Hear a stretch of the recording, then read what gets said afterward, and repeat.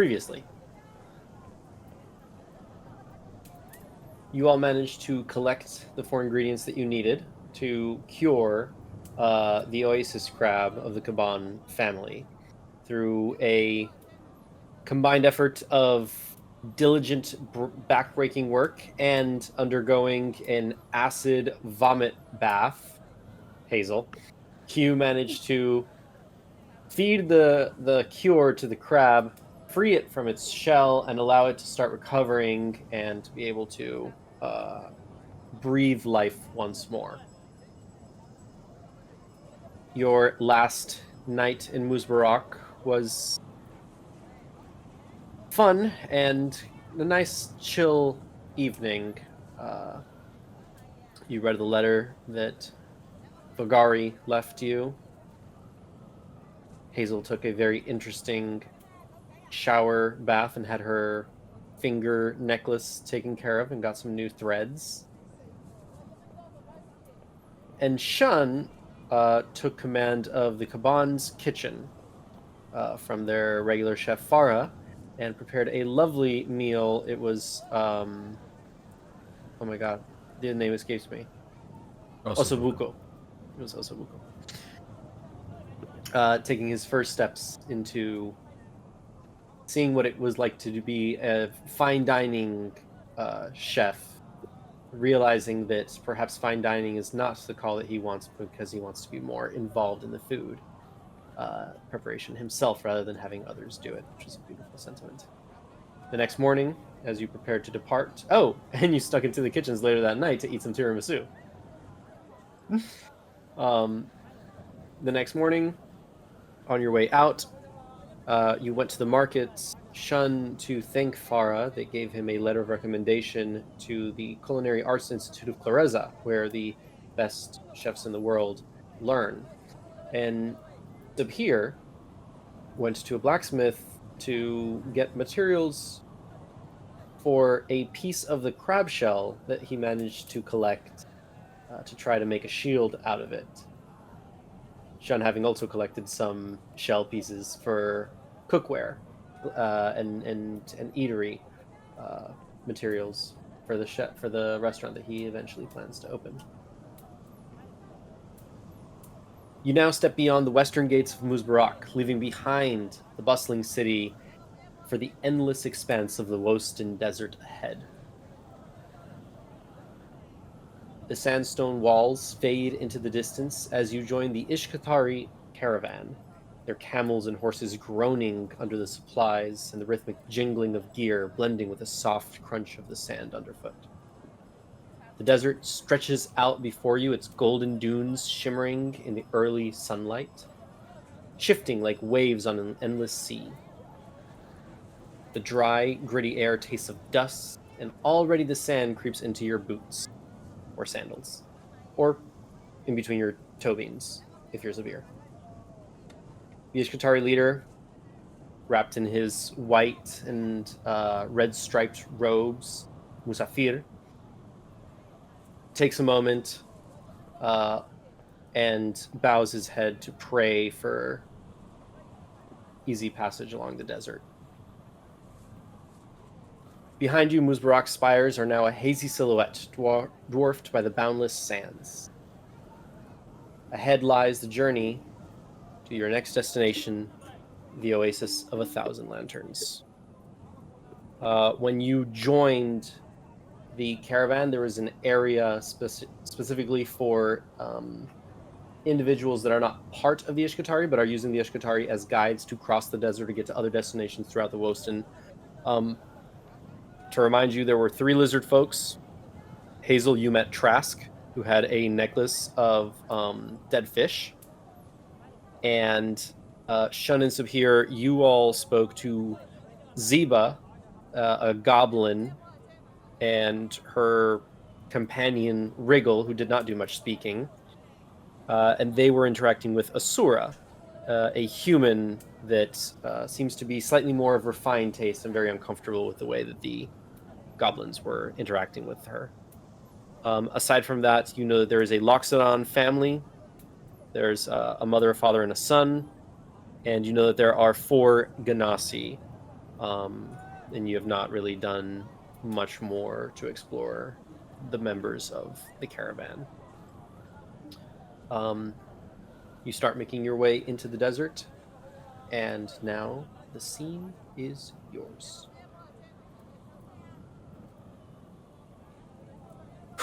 I feel much better. Thank you for that breeze on my bits, my bitties. Oh, yeah, you're welcome. No problem. Yeah. Sabir, remind me never to play Rochambeau with you again. Well, now that I know the game, we can play it again. Yeah.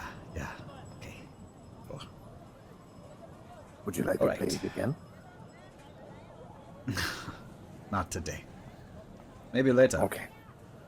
But I don't know. How are you all feeling about our company? Not great. Yeah. Gotta keep this little guy close. Oof. It is a little bit bigger than last time, but we don't have to go under the guise of secrecy. Hidden. True. But just in case, you think we should find out who the capable ones are? That way we can maybe keep an eye out or rely on them? We can. Yeah. Could be. I mean, are we supposed to be just traveling, or are we, like, just, like, part of protection? Like, I don't know. This is your deal, Sabir, so what are we doing? Where are we going again? Oh, to the oasis of 1,000 lantern. Yeah. Well, I've never been there, so Neither have I. I've never really been I guess anywhere, though. But I guess I could maybe, I don't know, look for the leader. Probably just talk to, I think I'll go ahead and do that. Okay. And I'll go ahead and walk off. So you're looking for Musafir? Yes, Musafir. Okay. The caravan is easily like 200 to 300 people worth, and you see that. Yeah, this is a very large group. It's kind of like a number of families that kind of join together. You're gathering based on like the vestments that they wear and the mounts that they use.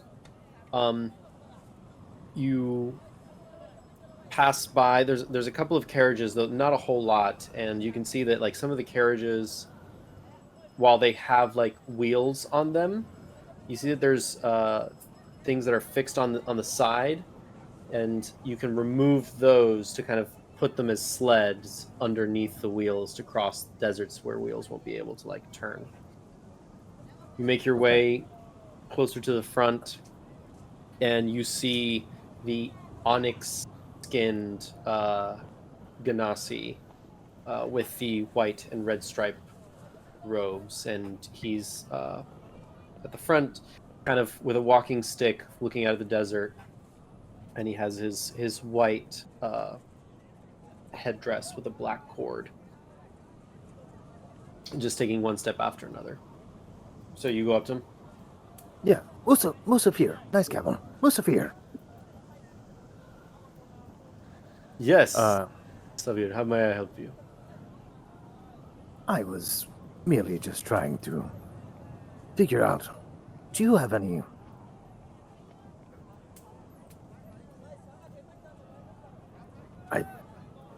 objectives for us? Do we have to protect these people, or are we just travelers like you? Well, you are just travelers with us, as discussed previously. You will only be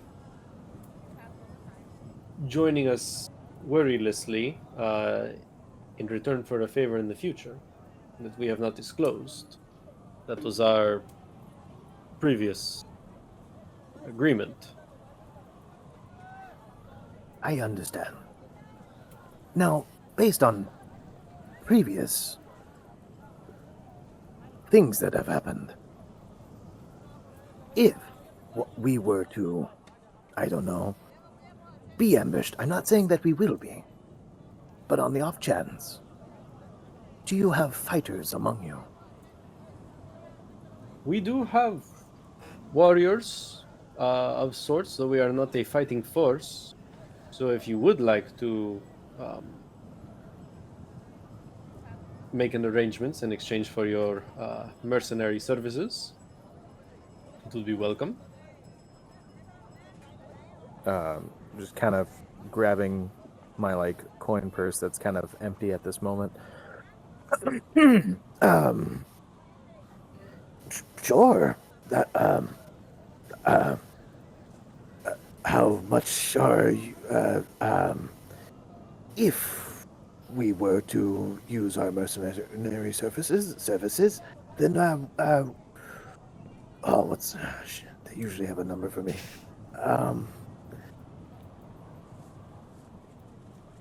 Do you charge, like, an amount for your fighters?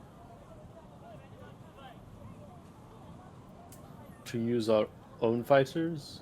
No. I mean, like, if you ever had like a mercenary service, and then you had to, conscript your men, and they had to get, paid, what would be their payment? Make a persuasion check. Ah. 10.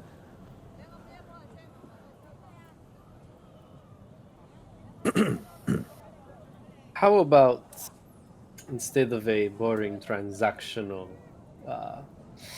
agreement, we make this a little more interesting? I am intrigued.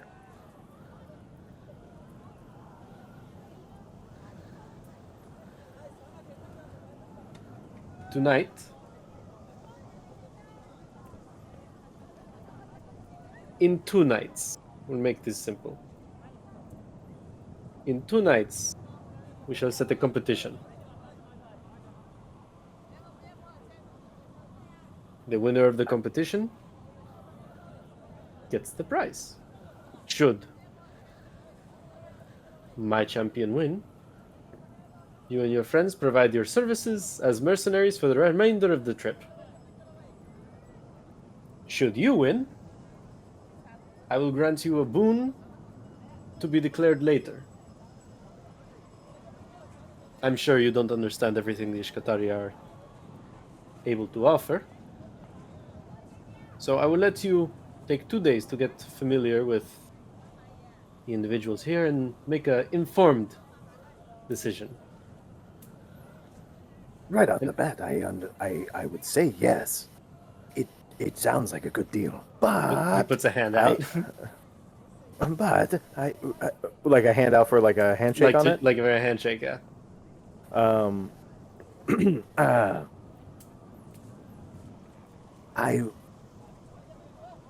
I should talk to my the team. Of course.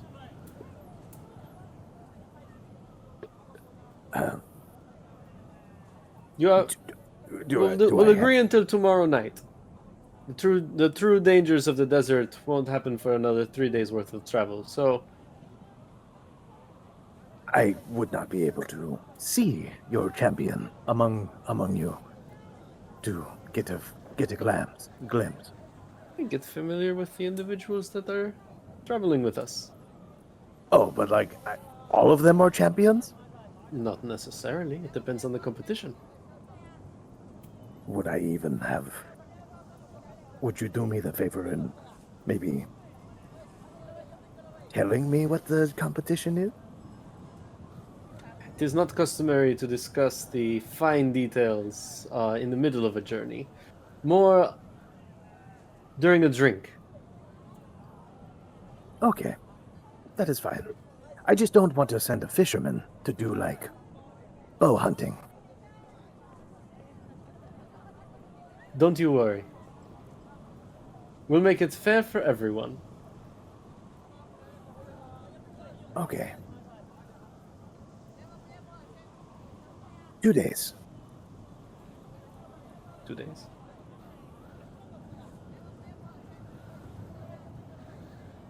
Thank you. I will take my leave now.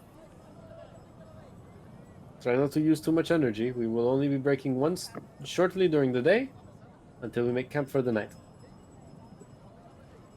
Understood. I will not exert myself. Very well. And I'll just kind of like step off to the side and wait for like the entire like troop to just keep moving and just I fucked myself.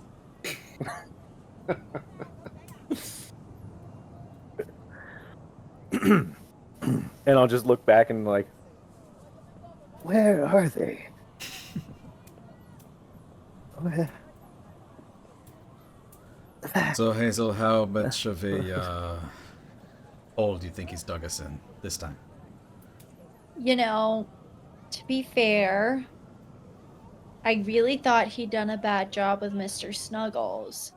And that turned out to be great after, you know, the whole almost dying thing. Whatever, that didn't. But then, like, in the end, having that connection was pretty good. So, I don't know. I have a lot of faith in Sabhir. Good. I'm glad some of us do. You don't. To be fair, though, I was the guy who said the Alcutian traveling pet shop with 2 P's and an E, so hey, it can't be worse than that. Well, you Right. know. I don't think so, to be I honest. mean, it's not like he signed us up for anything crazy, you know, like some kind of crazy competition. No, why would he do something like that? That wouldn't make Ah. any sense. We're on a journey. How could we even be in a competition? You're right. I mean, like, we would have to know exactly what is going on and like who we are going up against, and you know, like, you wouldn't want to send like a bow hunter for like a fisherman's job or anything like that. Exactly. Like that just and we're in the desert, so like who would need a fisherman out here? You know? There's no Right. fish. Well, yeah, So hey, listen, you know, maybe you need a net made or mended. Like, we can do more than just fish, okay? oh. I didn't know that. It's true. Huh, that makes sense.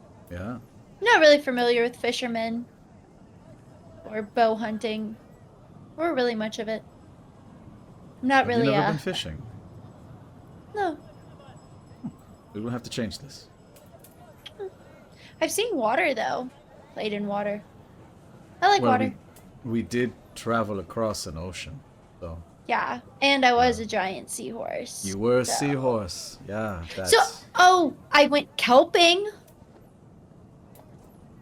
You are Is a that the same thing? Kelper woman. Yeah. Yeah. Yeah. So Technically, the fish fished you. yeah. Oh yeah. Yeah. Yeah. Ooh. The ocean's kind of a scary place. Yeah. Can be. Yeah. Well. It was fun though. Yeah. Where's Sabir? Hey! Hey! Yeah. Guys! So, He's there. our services might be needed. I was really hoping no services would be needed.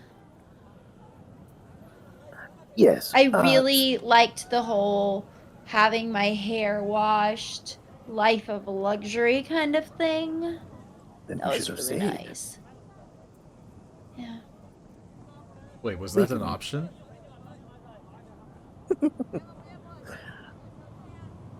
Just Wait, that was. I don't think we were supposed to stay. No, for this, we had to travel. I might have signed us up for a competition.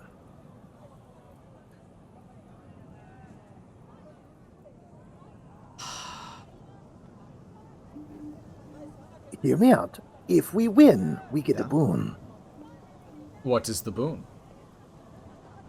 I do not know. If we lose, we have to be the mercenaries. So if we win something we don't even know what it is. And If we lose, Yes. we have to be the mercenaries. So what's the competition then? Is it Yeah. something we can win? Who are we going up against?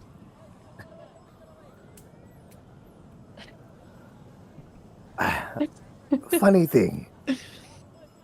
I don't know. Oh, so a fight, you don't know what it is, against you don't know who, for you don't know what. Those are some great negotiation skills there, Sabir. I was just okay. Listen, they have some fighters among them, not like a full force, but they have some fighters. So if if the thing were to happen again, where we get ambushed, then we're not in so bad of a situation like we were last time. Oh, well, okay. So Um, so who are the fighters? I do not know. So here's the thing. If we get ambushed, why don't we just sacrifice all these other people that are here and run? I don't These see... are a lot of people to get sacrificed. Yeah, exactly. It makes the odds of getting us less. But to be fair, we don't know where we're going. They do.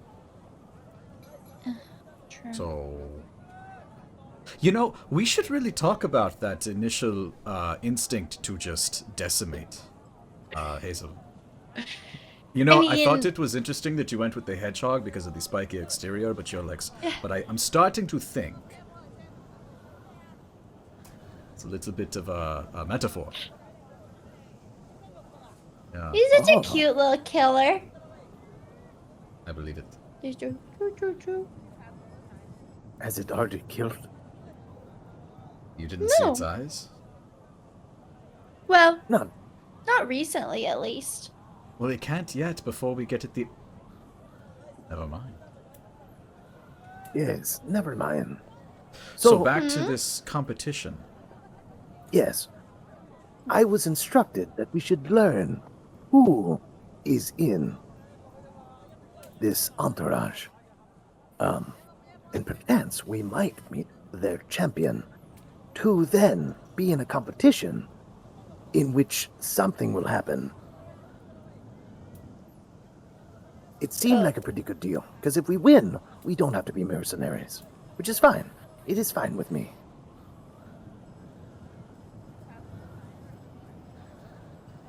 But if we lose, then we have to be. But we didn't have to be at all. Right. Which is why I'm not sure why this is a good deal. Yeah. I didn't know how much to ask, and it just kind of devolved. Wait. Oh, you were trying to get us paid, and he said no. And so was like, I'll give you something in return if you do, but you have to win it. And if you don't, then you do it for free. Exactly. Well, here's the thing. If you're dead, you don't need any money, Sabir. I don't think they would kill us out in the desert. This seems like the best place to kill us. Aren't these the same people that enslaved Vagari? Yeah, I didn't think about that. Yeah. This isn't going so well. Maybe we need to get like a contract or something. Or at least find out. You know what? Let's not jump to any hasty conclusions. Let us maybe mingle, find out a bit more about these people. And, you know, maybe it's just cool. Maybe we're just freaking out, you know? Yeah, I mean, what could possibly the competition be about? I just wanted to know some information, and just he wouldn't give it to me. So I didn't want to press him, since he's Yeah. already doing us a favor. And like you said, there's only a small number of them that are warriors, right? You said that, right? They're not like all warriors, right? A small number, Okay, cool. an So, indiscriminate you know, amount of number. Yes. oh, well, I don't know how much. Yeah, yeah. But they said well, they said that not all. not all. Yeah. Let us hope it is fewer than most, and that they're not like some warring clan, and they just like to have a good time. And then we can just make friends.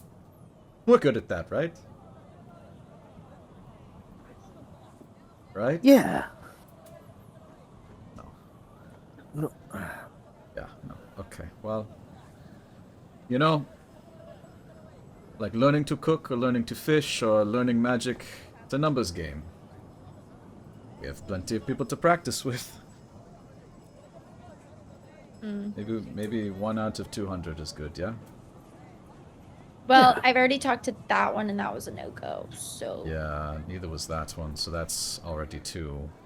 yeah. So our odds aren't looking so great so far. We're 0-2. Yeah. 198 more to go. Well, 97. There was that one that wasn't talking. There's also the one that really likes you, Hazel. Wait, is he coming with us? The small teenage The boy. one that really likes me? Oh, Yeah, yeah. yes. Maybe we Yes, could get him to fight I- for us. Luckily, have not seen him, so.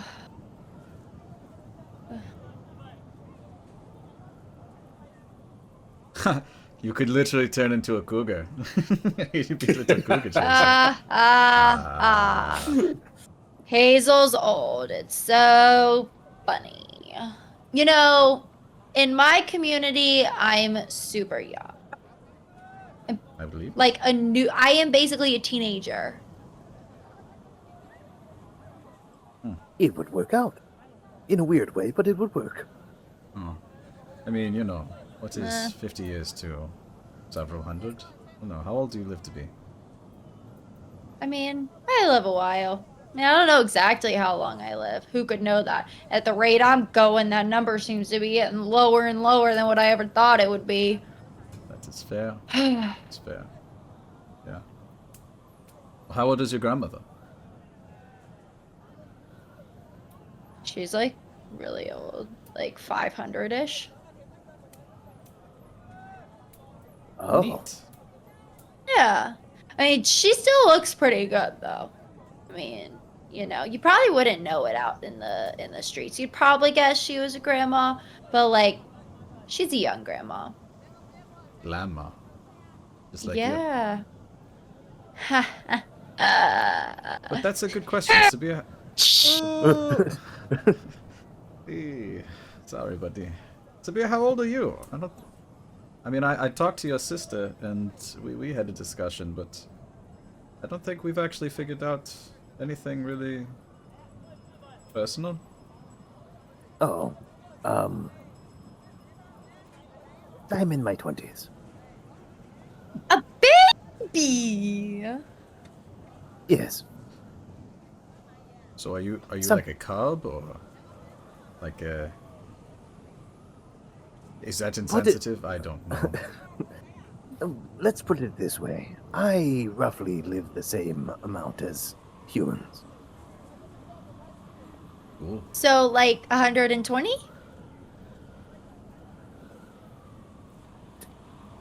On a good life, Yeah. no. Yeah. More like 110? 80? Yeah. I Oh, Sabir! And I'll just run over and give him a big hug. Oh, this is devastating. Oh my gosh. 80. Oh, I would already be dead. Oh. You never What about know you, when, Shun? How you long know- do you live? when death comes. You know, I've only met, well, now two other tieflings. My brother and kid back at your potential father's shop. Oh my gosh, that is not my father. You don't know. But, so I have no idea. I seem to be similar to my brothers. So maybe close. I don't know. How old are you? 30. babies everywhere. Just let you guys walk around? Crazy. You said you were a teenager in elf years. Yeah, you'd be like Yeah. Heck, Wait, so does that mean you're like a babysitter? Yeah, pretty much. Which it's showing because I'm the only one out here trying to kill. Oh, you know. Yeah, We you have done definitely our didn't fair have share. any brothers or sisters. No. That I do not have. Okay. Well, let us quell that bloodthirst for a moment and maybe make some new friends, yeah? And maybe meet the champion, if we're lucky. Maybe. Fine. Try to snoop out what he's good at. Or she. Is she? Or she. Yes. Yeah. Because if we snoop out, they're not going to put the guy into a competition where he's not good at it. They did say they were going to make everything equal. So if they make everything equal, then we should be fine. Except if they have multiple warriors who are really good at a multiple of different things, then they could just put you against any of them in anything. I have faith in you. In me? Oh yeah, you're representing us. Oh no, I am not. Oh, so you're free to just kill everybody around us, but you don't want to kill when it's like, oh, the spotlight is on you? We don't need to Okay, know if it's killing. so- I like the element of surprise. Fair. And like, I don't want to go up against somebody who's like way better at something than I am. We've all seen how that goes. So, you know, Yeah. I'm gonna stick with only taking down people I think I can take down. I've never seen anybody transform into an animal. So I think you have that one in the back. So if Yeah. they're like, Or like the Balloon. amalgamation of an animal, because that moment in between the seahorse thing was... That was something. Yeah, Yeah. you know, they're not always smooth transitions. I can it still haunts hear me. it. Yeah. Good. I'm glad to know I haunt you guys. That way you'll never forget me. Oh, there's no way When we the- could forget you. No. Especially wouldn't when think the fins so. weren't fins yet. They were just hands. It was like see-through, but not. Anyway, I'm gonna go that way. Do you want to follow, or should we split up? I think we should follow. I've already made an ass of myself. Who are you Hazel can going do to that too. talk to? I don't know. With the Perhaps I haircut. will make a perception. Good, make a perception Perceive. check. Yes. Who looks the Two. weakest? So what are you looking for exactly? Apparently nothing with a 2. What are you Let trying me to hold discern? on, hold on. 5. What are you trying to discern? I'm trying to look for someone amicable. Someone who looks like they'd be willing to talk.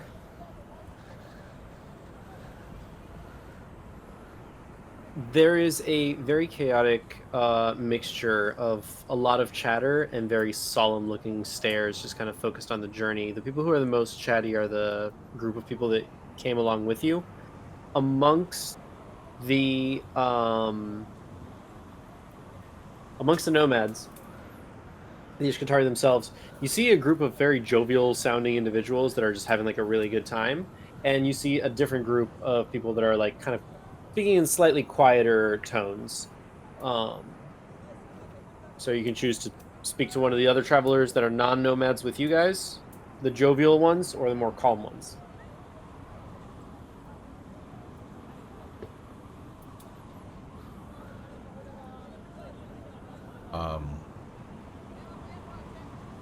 Okay. Do we want to meet more Ishkatari, or do we want to meet more people? Do you think their champion is with the Ishkatari? Or just a Oh. person they have along? Oh god, I didn't even think about that. I mean, I would assume that the person was a part of the Ishkatari. Because why else would they trust somebody else, right? It's said to make it all fair, so, I mean, that my mind thinks it could be anybody. Hmm. But how would they know all the strengths of all of these people? Or, creatures, things, others. People. People? Okay. You know, when you start using the term people, some others get very offended. Or if you call yourself a person, they're like, you're an elf. And you're like, I know, but Oh, I think it's just identify. because you called yourself a human. Oh, Yeah, you're right. I did call myself a human. yeah. That's okay. Well, Sometimes I think I'm a human because, you know, I grew up with them, but then I remember, oh yeah, that's right, I'm a freak. Yeah, it was really You're not a freaking freak. weird. What that guy said. Maybe we should not go toward the people and toward the Ishkatari. Now I feel very sad about myself. It is okay, Sean. I do not think you are free. No problem. Ishkatari. Ishkatari. Ishkatari. So, That's the attitude. jovial group or chill group? Chill group. All right. You come up to them. They're slightly more like middle-aged individuals. They're lagging a little bit behind the jovial group. And while the group that's like more high energy, they're kind of like playing around with each other, throwing a ball back and forth as they chat. They look more teenager. The older group, they look like they're kind of like walking with the camels. They're leading camels and horses one at a time. You see that there's a mixture of kind of mostly Earth Ganassi lizard folk and humans, although there is the occasional elf in this group. And as you approach, you rolled a 5 of perception. They seem to be discussing politics and the merits of skill mastery versus actual slaves. Oh, fuck. It's What's up, my Thanksgiving issues? here. It's what? I said it's Thanksgiving here. Somebody tell the uncle to shut up. Who among you Alright. have the title of uncle? Onkelin? Yeah, Shun would make his way and just kind of listen, not obtrude, or intrude, and kind of find a moment to just be like, You see one of them saying, but skill masters are just... It's not indentured servitude, it's highly motivated servitude.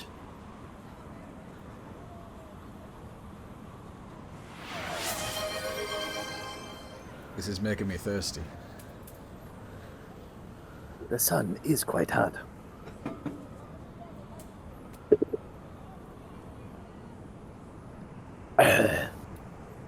That's old water, that cask.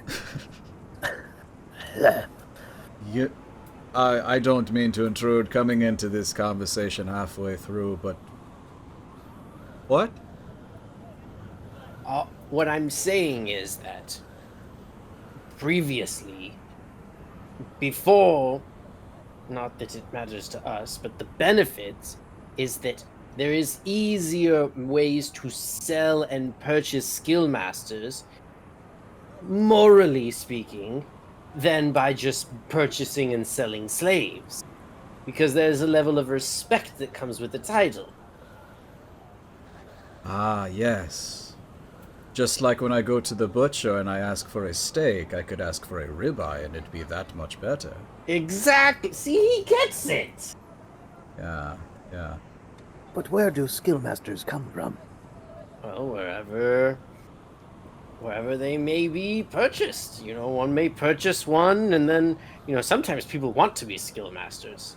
You don't have to worry about getting You know, your own money, your own food, make your own living. Somebody takes care of you entirely, and all you have to do is provide a service. It's basically the same thing as working, as being a That free man. sounds like someone looking for a job.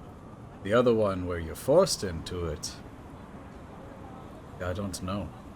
And then somebody else comes up. Well, if you were forced into it, it is a problem, and that's slavery. Skill mastery is when you lose your freedom, say in an arrangement or game of chance or something of the sort, when you willingly put your freedom on the line. The first guy goes, no, it works either way. What happens if you are defending someone and you just happen to be on the wrong side of a very angry individual? I think that's what he means by chance. You likely get stabbed, I assume. Yeah, but let's say after you get stabbed a few hundred times and you're still around, and they decide they're not done with you yet. What then? Are you still a skill master, or are you a pincushion? Are you a piece of meat just like that steak or ribeye? Well, that description certainly describes a very poor bastard indeed. I would say Yeah, no wouldn't more it than a be? piece of flesh to that person toying with them. Yeah. Pretty unfortunate. In my experience, slaves often become skill masters.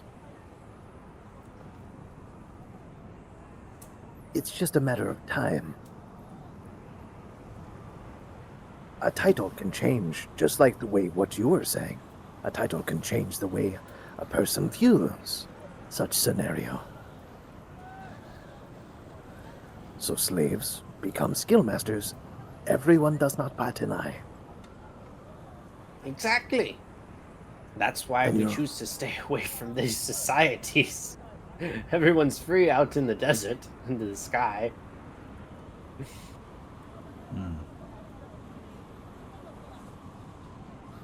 But sometimes, well, yes, I mean, for us, none of us are skill masters or slaves, though we do trade in that sometimes. Which So one? then not everybody in the desert is free. Not those who choose to live the wandering ways. Or the small children who get sold to you. No, we don't purchase children, generally. Are you sure about that? Well, we don't. There are other traveling families that do. But do you not benefit from these as your collective group? Well, the collective group, we refer to our specific family wanderers, or you mean the Ishkatari as a whole? Ah. 6 of one, half a dozen of another? Yeah, certainly, but there are those of us who choose not to get involved in things that don't concern us. It is a tough life out in the desert. Got to survive the way we can. No choice is a choice. Precisely. We don't have a way to choose to live out here. So we do what we must to survive. Sometimes that resorts to horrible things like dealing in trade of slaves and skill masters and even cannibalism. If you are I'm of not a sure more- what your argument is here, whether you are for it or against it. You have been kind of back and forth. Are you okay? Well, it all depends on the day, doesn't it? True. Life changes much like the shifting sands of the desert. The winds never end and the dunes stay the same, yet they shift from place to place. You know what I find comforting? Hmm. In the end, we all get what's coming to us. Surely. Yeah.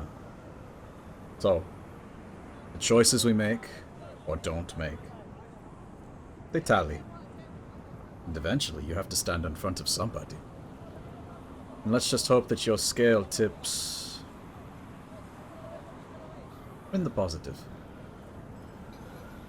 One would hope. One would hope.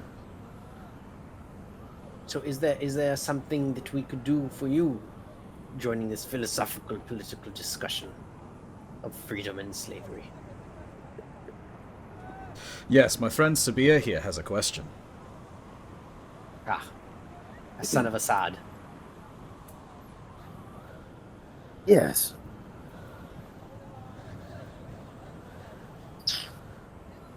How long have you been traveling? My entire life. You come across a lot of skill masters. Not so much as some of the other families, but occasionally.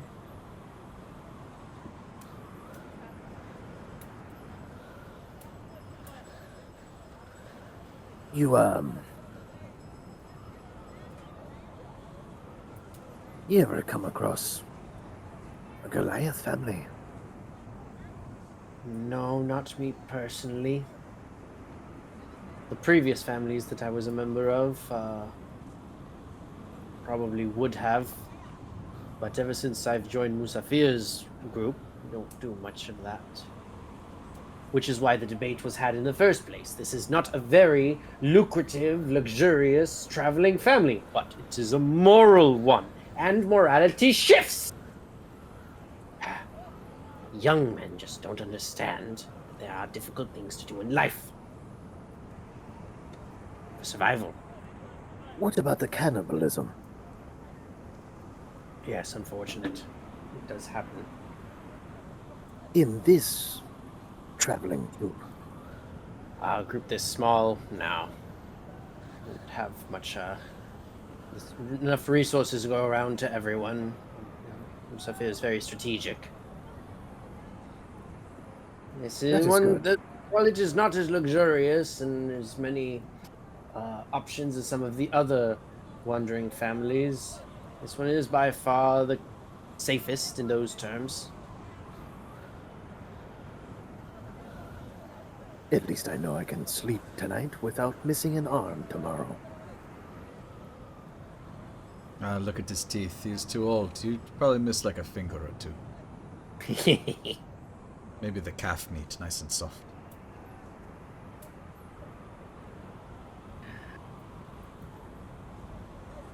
The lion folk are a bit tasty. Tell them nutrients, and he pats your stomach. I instinctually like just kind of like dodge it quick, and just Do not touch me. And he's sensitive. Fair enough. Hazel, didn't you have a question too? No. Sure. Not about like maybe what they're good at or Sure. So, what are you good at?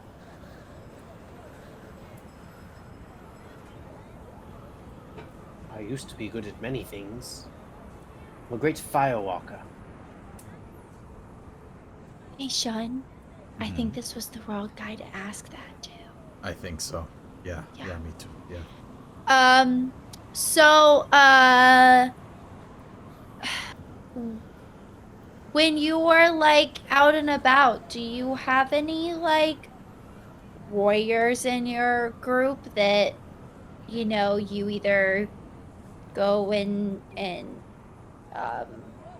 outsource for other people's entertainment to get money or anything? Do we have any fighters of the arenas amongst us?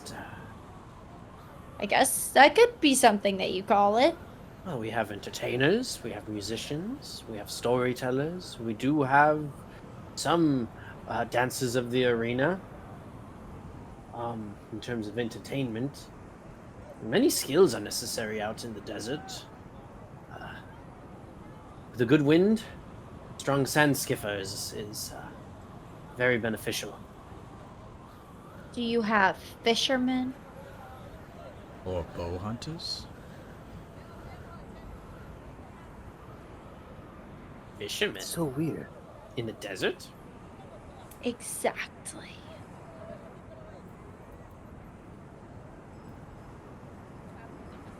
We do use bows.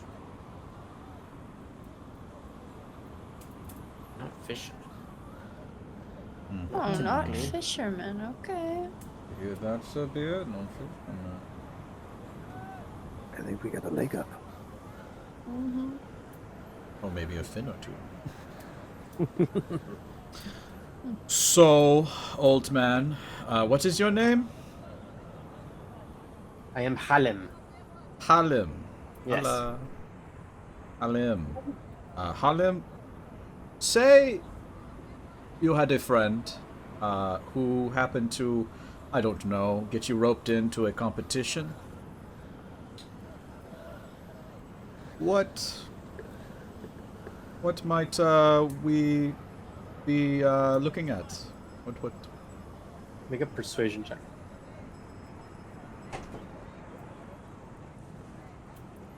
Nine. You've been speaking to Musafir. Shit.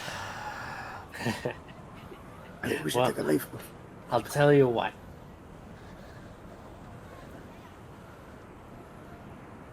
Don't do a trial by stars. Come again. A trial by stars, I recommend you not take that up. They have names. Great. Sometimes it can be just a game of chance. So I do recommend that if you do engage in a game of chance, you supply your own dice. Or cards. Thank you. Got it.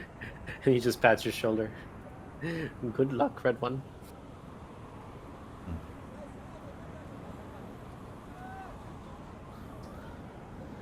Cool. Jovial? Why not? But do we need to like match their energies? They seem pretty happy. We don't want to be downers. Oh, yeah. Here. What are you what? doing? I'm just getting jovial. Is that the cat scratch fever? You look like you are having a seizure. I was just getting limber. Did you get into the chocolate? No, I did not get into the chocolate. There was the tiramisu. There were. Ah, shit. Okay, so show me this move again. You're doing something with your shoulders. Oh, I was just trying to get limbered up. See them playing okay. with the ball over there. I don't want to pull something when, they're like, go long or whatever. Yeah, and then we Okay. slowly walk over. We Yeah. slowly walk over while we're doing Yeah. the dance. And we're Okay. like, hey, what's up? We're the cool kids. We're getting limber for your game. Yeah. Yeah. We want Hazel, to be part of the why team. are you not getting limber? Yeah, pick us first. Hey, don't pick me last. That's all I care. Yeah, right? Or you could. I could be the wild card. Hey, what's up, kids? Wait. Show me that move. That was really cool. What did you just What, do? This one? This? Am I doing it right? Yeah. Okay. Okay. Maybe like one of those? One of these? Yes, one of those. Okay, cool. Hazel, Yeah. Yes. what are you doing? I'm just waiting here for you guys' next great plan. As you all are having this conversation, you notice the wind start to pick up and people are starting to kind of like cover their heads with their clothes, and they're starting to slow down a little bit. And you see that like just the storm is getting heavier and heavier and heavier. And then you hear some shouting from up ahead. A lot of commotion is happening. You just hear, "Help! Help! We need help!" Good thing we are not mercenaries yet, or otherwise I'd be running. I love you. We should go. I mean, should we could at least go see what is happening. No, It's getting in my mouth. I have to turn the other way. This is. Fine. I would feel bad if it was like, Yeah, Musafir broke an ankle or something. I mean, well, he's trying to rope us into something. But maybe it's like a kid. Think of it if it's a kid. There are so many other people here. They can go and help. Yeah, but Hazel, look at this as like character building, you know? Like instead of killing them, we are helping. Then maybe we don't have to compete and lose our freedom. Okay, except for the fact that Sabir got us into that competition, we weren't gonna have to do that. So, so far, we've already got ourselves into like kind of a lose-lose situation. So, how much worse could it get? Let's just go ahead and see. Let's see what it is. We can always back out then. It's true. You guys start moving towards the front of the caravan as the sand starts to buffet you guys and pick up, and you make it to this canyon, and you see Musafir kind of like looking over the canyon, and he's got Rahel, the priestess, and she goes, she sees you and goes, "Your first test has arrived."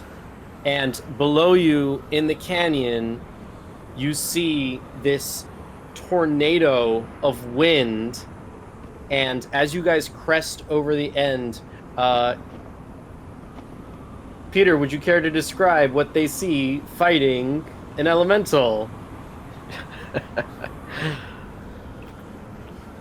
Absolutely.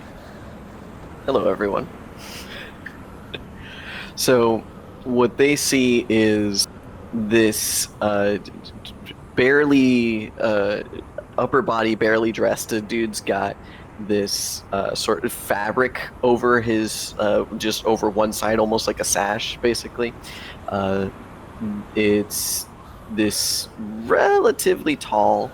I guess from that distance, it's hard to tell what sort of like race he might be, what species he might be, but he's got this mossy green sort of messy hair and this blue-gray skin.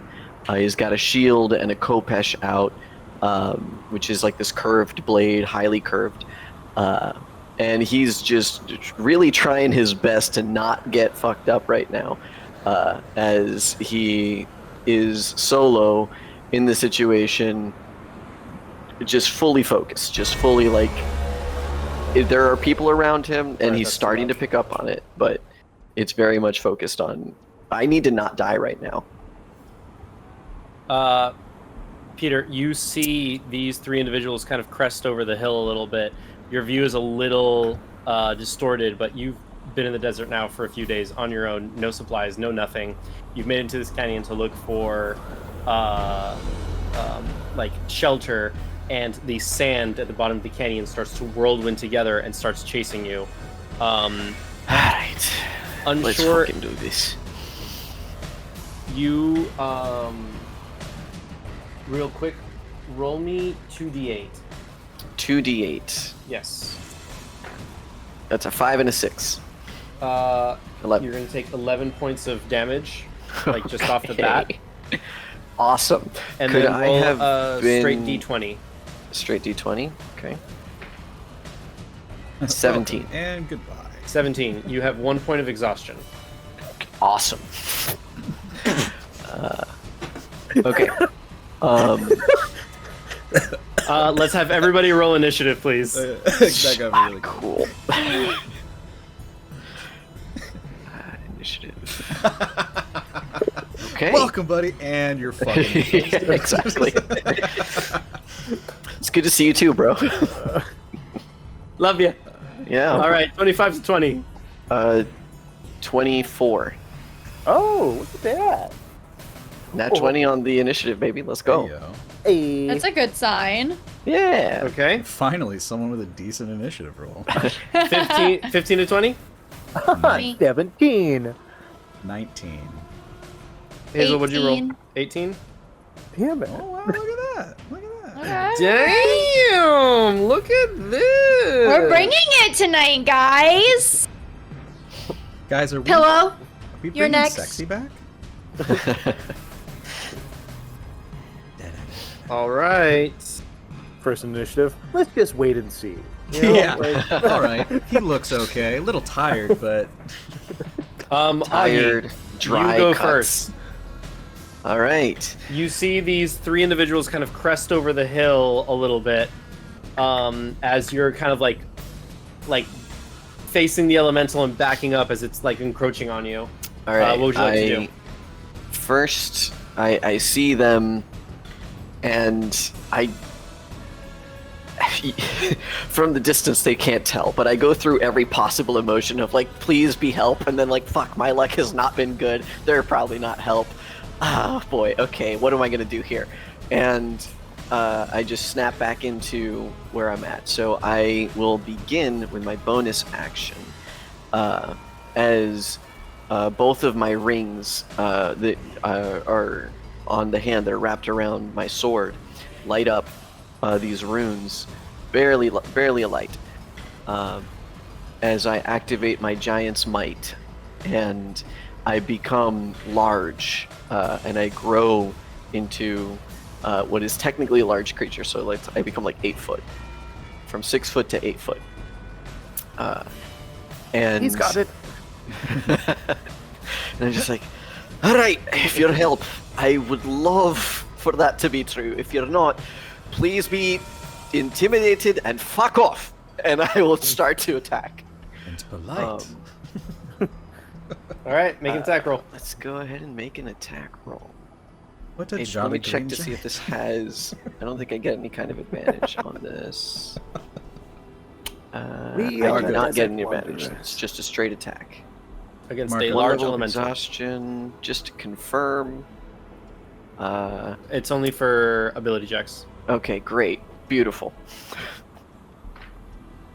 Does a 16 hit? 16 does hit. Beautiful. Let's go.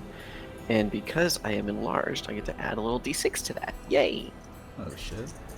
And this is yeah. Okay. So that's 10 plus 14 points of damage. Okay, 14 points of damage. Yeah. So you see this dude become 2 feet taller and pull a massive swing with this rounded blade, cutting into swirling sand. Just totally unclear if this is actually having an effect, but like, all right, let's see what you got then. It And that lands, is but it does not seem all- to do the amount of damage that maybe you think that it's supposed to do. I'm also going to move if I can, just up here. I guess I had to move in to get into melee. Yeah. And is this still within melee? Yes. Beautiful. Then that's where I move to, because if they're not my allies, I want to be undercover. Gotcha. You swipe through, and your blade does connect, and as it shifts sand to the side of this elemental in its chest, you see that there are 6 glowing stones in there: blue, red, yellow, green, orange, and purple. All right. Okay. That is Augie's turn. Shun, you're up. Shun will go ahead and make some movement.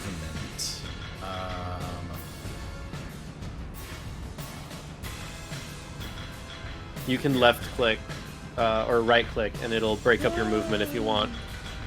I'm gonna move right here, which should put me. Yeah. All right, and still not.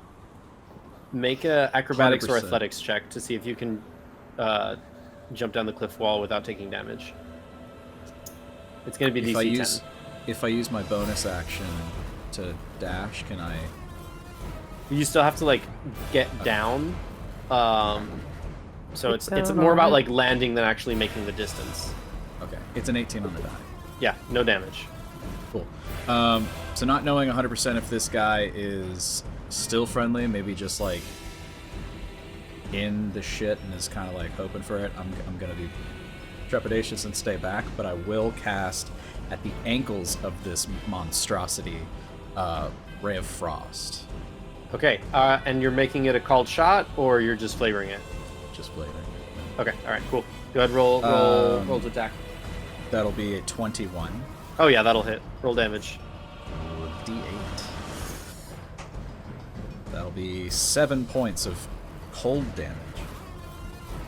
All right. Fair enough. All right, Hazel, you're up. Real Oh, quick, sorry, click, Shun. click on his token and hit Shift Z.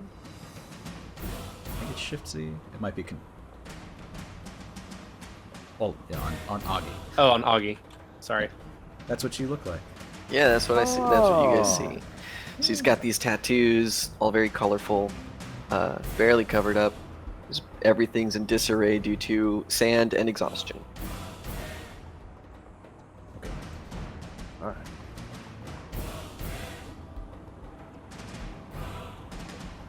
All right. Anything else, Shun? Nope.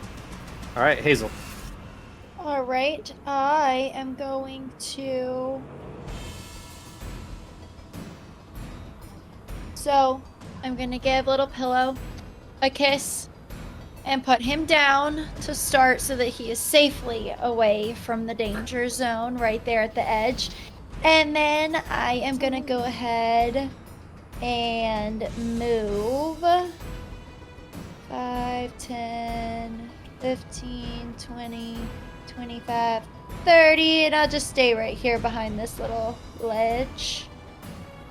Do I need to do anything after coming down off that first ledge? No, the big drop is from where you are to where Shun is. This Okay. first one is okay. Cool. I Um, am not going to take that next little jump. And then I am going to cast Fairy Fire onto this large elemental. It rolled a 16 on the die. Okay, apologies. But like Well, -4 or something, right? No? Okay. The shifting sands are also tired. I should hope so. I'm at the end of my glass here. No, They it's slippery. actually +2. God darn it. Oh, okay. Very well then. Sorry, I tried. Yep. All right. Sabhir, you're up. I will take one. I'll take one look at Pillow on the ground, and then I'll turn back to the sage and. I'll take one look at the sages. This is a test. Which might be. Might be. Okay. And Let's show him what we got. and then I will. Nope, that's the wrong one. That I'm looking for a. Nope. Yep. There we go. All right. It has I to start will- from your square, my guy. Hold on.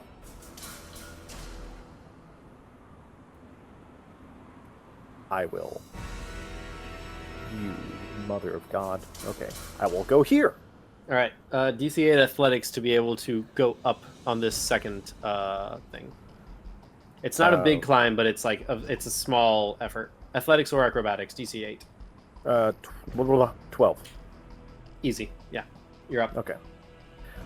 And then I will look at this beast thing and also look at the other beast around, like, kind of around the corner, like, Which one is it? I'd give him an incredulous look. Okay, it's the other one. and, and then I will go ahead and take out my crossbow and I will shoot at the dust All right. thing. Make an attack roll. A 6. It goes right through it, completely missing everything that could be of harm as its body kind of shifts in and out with the wind and the sand. Anything else? I look back at Hazel and I'm like, This is going to be a lot harder of a test. and then I end my turn. Okay. The elemental is going to burrow down into the ground and disappear. Is that movement that I can opportunity attack on? I'm going to go ahead and say yes. Okay. Uno segundo, por favor. Yeah, okay. I'm gonna do that. I'm gonna take an opportunity attack here. Go for it. Hooah! Does a 18 hit? 18 will hit. Yes. Yeah. All right, that's gonna be hopefully big damage. It's not big damage, but it's not terrible. So that's gonna be 11. 11 points of damage with your sword. Yes, sir. Okay. All right. Once again, you do strike. Doesn't seem to make as much of an impact as you would like it to. This is annoying as hell. It reappears right behind you two. And I'm going to need Hazel and Sabhir to make a strength saving throw. Okay. Using a different dice because you failed me. Oh, wow. I rolled a 2 and I have a -1. So that's a 1. Hazel, 15. 15, you manage to succeed. Hazel, you get flung 20 feet. 2, 3, 4. That was rude. Off of the cliff Hazel! side. Ow! You're gonna take 15 points of bludgeoning damage. Oh, You are also Great. prone. awesome. And you're gonna take a d6 of falling damage, 2 additional points of falling damage to the cliff side.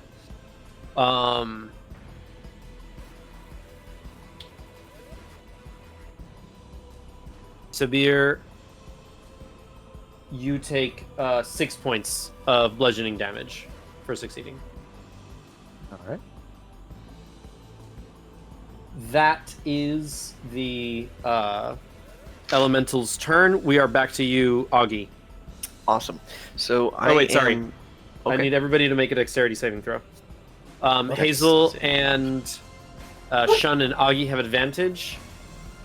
Sabir, you don't. Jesus, I could not have rolled. That's not true. I definitely could have rolled worse. You said Dex? Yes. 11. It's DC 12. 12. Oh. You said I had advantage, right? Yes. You have advantage. Augie has advantage, and Shun has advantage. I rolled an 11 plus 1, so 12. Well, with advantage, I got an 11. Okay. Augie and Sabir, you each take 2 points of sandstorm damage. Okay.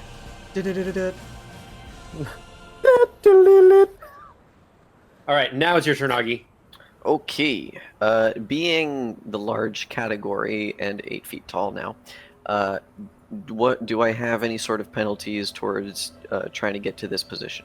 The DC, because you're large, the DC will just be lower to be able to climb up the wall. Okay. Make then an I'd athletics like. check. All right, athletics. I have advantage on that because of my giant form. Thank God for advantage. Athletics. 10. Yeah. Great. Then I make it to this position, which, for the purposes of, was that what I needed? Yeah, I want to be there. You can move one space over. Okay. There we go. Yeah.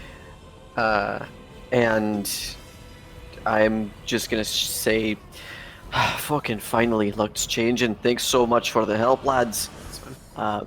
And I will take another swing at the creature. Actually, before I do, this is a bonus action, I think. The creature ends its turn within 30 feet of me. Okay, so it's when the creature ends its turn. So this is like a reaction. I cannot do what I wanted to do. In that case, I will begin by second winding. Let me just go ahead and heal real quick. Hopefully a lot. Not a lot. Definitely not a lot. Augie's having a tough time. Yeah. It's okay. I'm a healthy boy. And I'll take a slash here with he's within melee of Sabir, right? Correct. Beautiful. Natural 17 on the die. That'll hit. Beautiful. So that'll be 1 sneak attack, 1 giant's might, and the d8 from my weapon. So that'll be 9, 10, and 6. 16 points of damage. 16 points of damage. Yes, sir. And I'd like to action surge. Go for it. Hell yeah. Roll well, please. Natural 18, baby. Let's go. That's just not going to include sneak attack because I already did it. All right. That's going to be 10 points of damage. All right.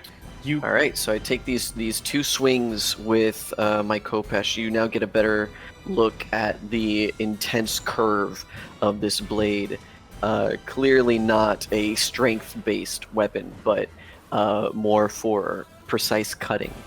And I'm just swinging into the sand in the hopes that I find some sort of purchase. And in doing so, I go, I don't know if it's the dehydration, but I'm seeing some shiny stones in there. Hopefully that matters. And that'll be all I do and say. Dope. All right. That's Augie. Shun, you're up. Hearing the comment and now seeing the front of this crazy thing, question for clarity. Would Yes. these stones be considered objects that are worn? No. carried? They are part of the elemental. And for today, we'll let it pass, but sharing that level of detail would require an action in the future. Okay. No worries. We're getting into it. Okay. I'm gonna try something. Shun will reach for his dagger, but then think, and instead reach for his decanter of water that he holds at his hip. Okay. And as he uncorks it, he's gonna go, Geyser! And a torrent of water will spout out at this sand creature. 30 feet. In a 1 foot wide I'll tell you real cylinder? quick. Take like 2 steps back so that you can get a good angle, because right now it's like a 3/4 cover. So, but Okay. you would know to step back to get a better like, trigonometrical angle on it. Sure. So geyser, okay? yeah. So like here or here. Yeah, there's fine. Like, All right. I'd probably say Cool. like here's probably the best location Okay. That makes me if you feel like wanted there's to. a sand. As long as it doesn't put you 30 feet, yeah, that'll be fine. All right. Cool. Okay. So it's got to make a. You Go must a ahead. DC 13 strength save, or take 1d4 bludgeoning and fall prone. Okay. DC 13. Yeah. It rolled an 18 on the die, and it doesn't have negatives to its strength. So he'll just be a little wet. He will be a little wet. Ew, wet sand. And then I suppose... Does he take any damage even though he succeeds? Nope. It says succeed or take damage and fall prone. So there's nothing. He's just a little wet. All right. The water sprays out in a giant. You know what? Shun. Yeah. Nat 20 or nat 1? 20. That is a natural 20. I don't know if y'all can see it. Oh yeah, I see those 2 digits. Oh yeah. The water geyser that shoots at the elemental, it also like sprays through, around, and over. And Augie, for the first day in like 3 days, you are showered and covered in water and feeling far better. for today, I'll say that you can get rid of your point of exhaustion. Yay! Oh, fucking Rain thank on the me. gods. It smells better up here. Anything else, Sean? What? Bonus action, dodge. Okay. All right, fair enough. Hazel, you're up. You All are knocked right. prone, so it takes half your movement to stand back up, just FYI. Well, then I'll use half my movement to stand up. And then I am going to cast Scorching Ray. Okay. Let's make some glass, baby. Make 3 attack rolls. Okay. glass That is a his ass. natural 20 for the first one. Hell Heyo. And I Let's think go. I have a +4, right? Yes. Yeah, so 24. That's the first one. That's a 16 plus 4 makes Well, it a dirty 20. Real Do I quick, not roll it 3 times? roll a d6. Okay. Do I not roll it? That again is a and again? 3. A 3. Okay. The yellow gem in its chest bursts. Oh, I'm going to need Sabhir and Augie to make dexterity saving throws. Dex oh save. sorry, guys. Sugary boss. Oh, so sorry. Ooh, Sorry. All good. 18. 21. You both succeed. You will take half. You'll take no damage. 40. Acid spurts forward from the stone, but neither of you take any damage. Okay, Hazel. So you rolled a nat 20 on the first one, dirty 20 on the second one. What's your third roll? Do I need to roll damage for the second one? We'll roll the damage in a second. Oh, Let's okay. just see if it. Did you roll damage for the first one already? You told me to roll a 1d6. I rolled a 3. Yeah, that was just for which stone you hit and if you hit it. Oh, okay. Go ahead and Sorry, roll for I the third misunderstood. Okay. strike and see if that works. That is a 14 plus 4 is an 18. 18. All right, so all 3 hit.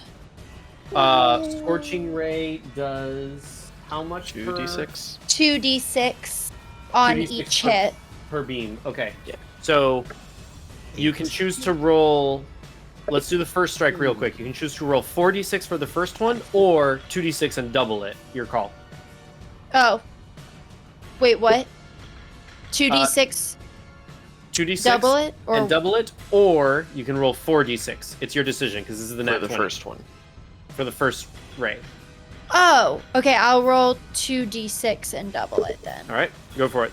6 plus 1. Well, that wasn't great. Oh well, 7, so 14. 14. All right.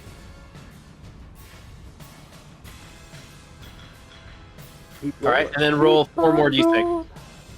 Keep on rolling. 4, Roll. 3, so that's 7 plus 6 is 13, plus 5 is 18. What does it look like to cast Scorching Ray for Hazel?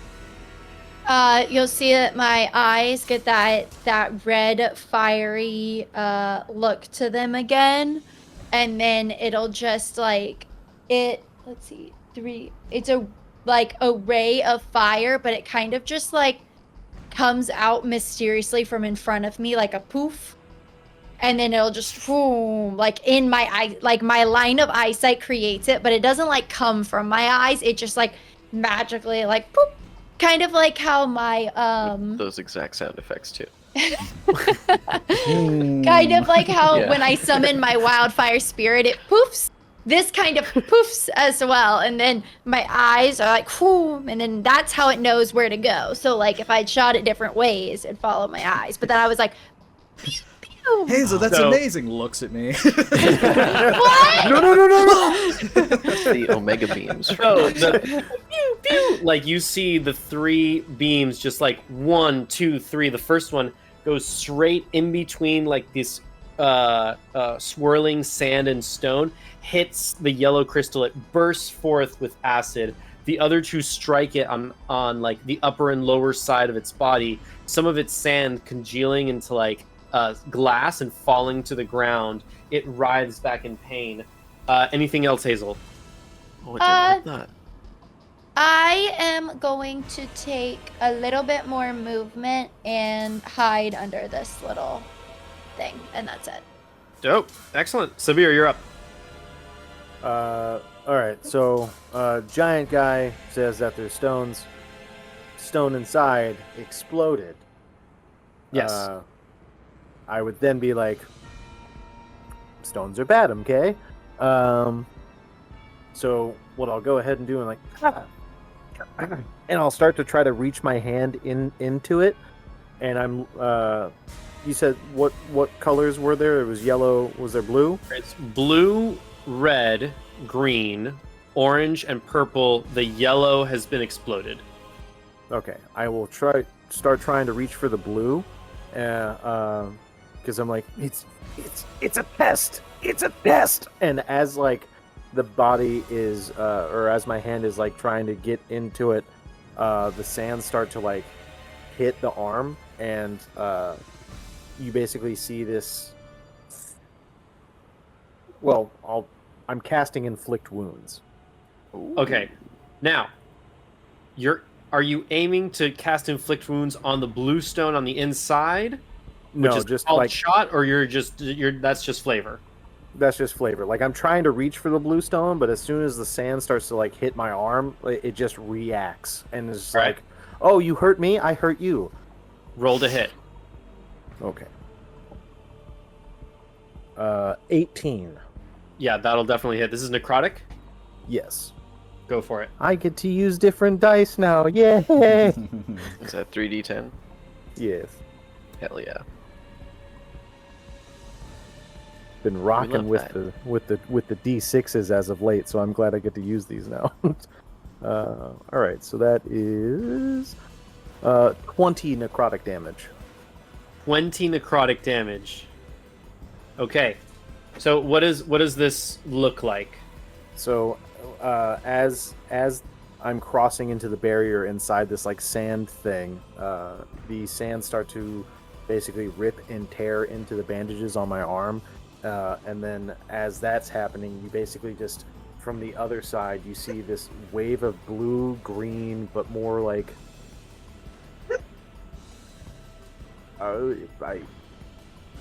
basically more iridescent green, like start to crawl up the arm and basically reach back over and then start to like almost electrocute its way through each one of the sand grains as it's Okay. like Dope. trying to kill it. After it like writhes back in pain from like from the scorching ray, it doubles over from like the blue necrotic. So, yeah, you all get a view of like this like sudden blue, like red striking on its back and this forming of glass off of it, and then this like shower of black and like iridescent blue, aquamarine blue, like sickly green necrotic damage that like starts to like burst inside and kind of like shine through its body. Now it is the elemental's turn. He is not having a good time. Good. He's a dick.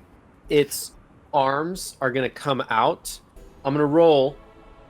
Evens, it lands on Augie. Odds, it lands on Sabhir. That's cocked. Jesus. All right, there we go. Well, shit. That's probably not gonna hit. Stop rolling in a hexagon. Who did it land on? It's the perfect shape. It's not gonna hit. I rolled a 4 on the die. Who Like, was there's he no way. aiming for? Oh, 4. Yeah, So me. 4. So you. Okay. But the first one, you know. Gotcha. All right. Now this one does go to you. The 21 to hit. Is that me? Yes, you. You said you. Okay, me. Sorry, because we like the last thing that was said was we were talking about you. So yes. Yeah. It goes to Augie. That hits. No, that, me. That hits. 16 to hit. But you said 21 to hit, yeah? Yeah, 21. 16 on the die. Oh, okay, gotcha.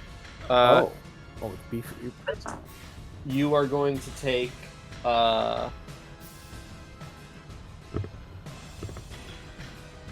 9 points of bludgeoning damage. Cool. And Yes. the ground below you Mm. turns into quicksand. Oh, upsetting. So you immediately sink. Mhm. It would be half your height, but because you're large, it's a quarter of your height. It's a third of your height. So Okay. you are, for all intents and purposes, considered restrained, and it'll take a strength DC to be able to get out of the sand in order to use your movement. Gotcha. And it missed its first one, so it doesn't do anything. Now, once again, everybody does a Dex saving throw, I except think I have Hazel and Shun do it with advantage. Ooh, I have disadvantage on dex saves. 18.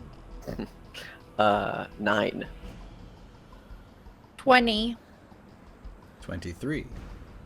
Okay, Augie's the only one that failed, so you take 1 point. I just rolled a 1. That's okay. 1 point of sandstorm damage. Augie, you're up. All right, cool. So before it gets to my turn, at the end of that creature's turn, Yes. I'd like to have used my reaction. Yes, you can do So that. you see one of my rings lights up. There's a rune on it that emits a little light as I turn the blade to face the bottom, and I point at him with the finger with the ring on it. I say something under my breath in Giant, and it needs to make a Wisdom saving throw, DC 13. Wisdom saving throw, DC 13. Wisdom, you said? Yes, sir. It rolled a 10. Awesome. So this is the stone rune. When a creature you can see ends its turn within 30 feet of you, you can use your reaction to force the creature to make a Wisdom saving throw. If the creature fails, the creature is charmed by you for 1 minute. While charmed in this way, the creature has a speed of 0 and is incapacitated, descending into a dreamy stupor. The creature repeats the saving throw at the end of each of its turns, ending the effect on a success. Once you invoke this rune, you can't do so again until a short or long rest. So it is currently incapacitated. So it cannot take actions or reactions. Correct. You said this is the stone rune? This is the stone rune. Okay. Alright, fair enough. So, And it only makes the saving throw at the end of its turn. So if we absolutely fuck it up, it doesn't matter. yeah, fair enough. Holy shit. Yeah. Anything else, Augie? Well, that was the end of the creature's. That was the my end of the reaction. creature's turn. Okay, that was So- your reaction. Sandstorm hit me, and now it's my turn. So you see like the aggressive swirling sand elemental with its arms up suddenly like gently lay its arms down, and the sand starts to kind of slow and just kind of hovers there in place with its head kind of tilting. As this Augie- happens, you see one of my eyes. Well, I guess only Sabhir would see this properly. One of my eyes has that rune covering it, and I see the like ghostly hand of a stone giant, holding the creature tightly, squeezing the life out of it. Augie, it is now your turn. It is now my turn, and I would like to attack with advantage, my guy. Yeah. Hell yeah. So Wait, that's is it going to considered? be It's only incapacitated, right? correct. I don't think you get advantage on that. Fairly certain I do. Let me see. You get advantage if it's restrained. If you're incapacitated when you roll initiative, you have disadvantage on the roll. You can't speak. Concentration is broken. You can't take any action, bonus action, or reaction. While you have the incapacitated condition, you experience the following effects.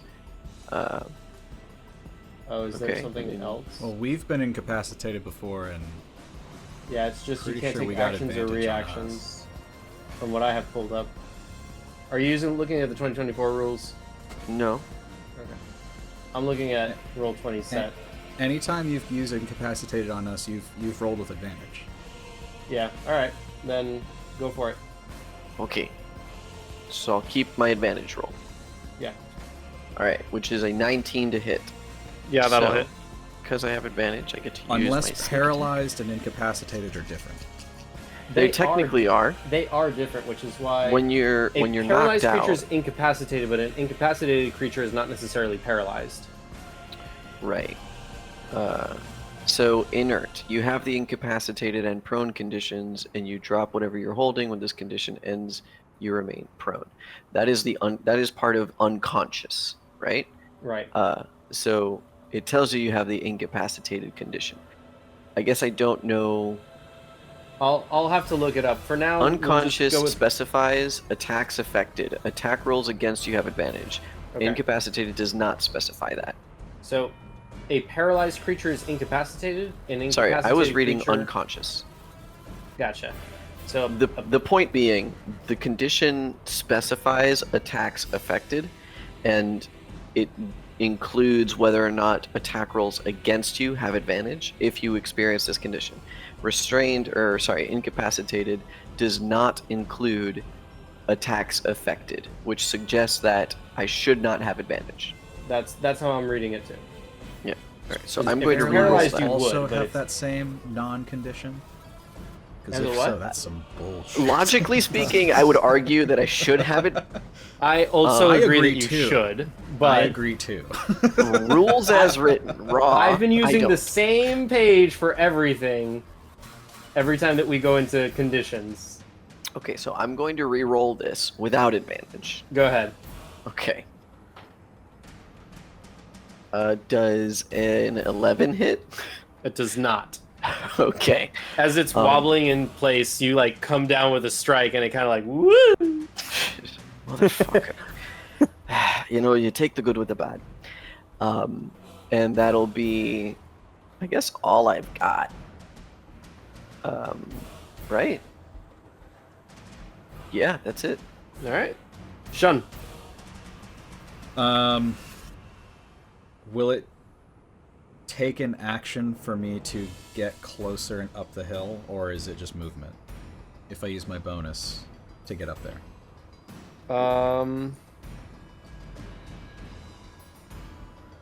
To get to the top, yeah, you'll be able to make it without needing to take a dash action or bonus action. Okay.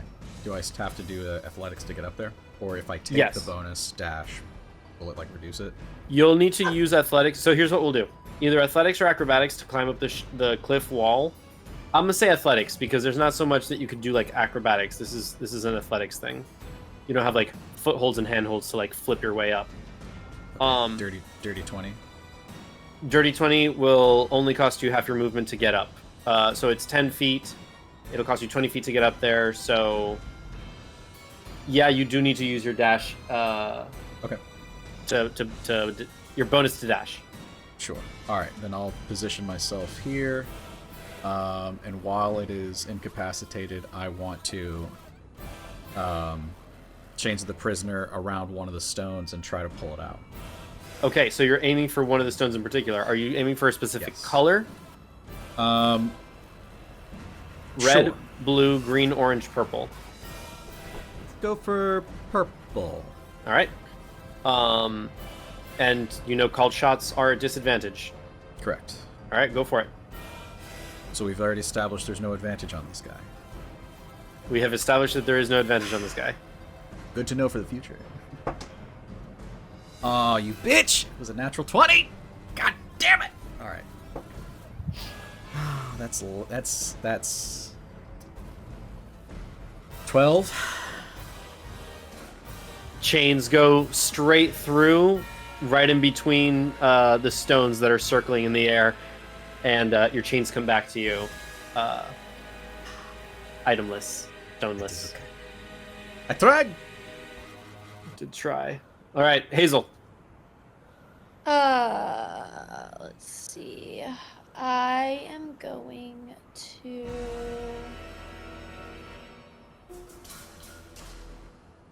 All right.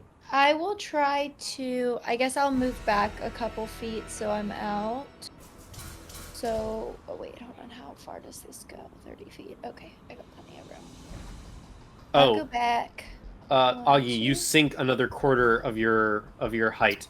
Oh, that was going to continue happening? Yes. Okay. Good to know. Oh no. Can I ask a question about that before Yeah. I make my decision on what I'm gonna do? Yeah, by all means. If could you teleport him out of the sinkhole, or would the sinkhole like basically override that? You don't know. Well, I cannot tell you.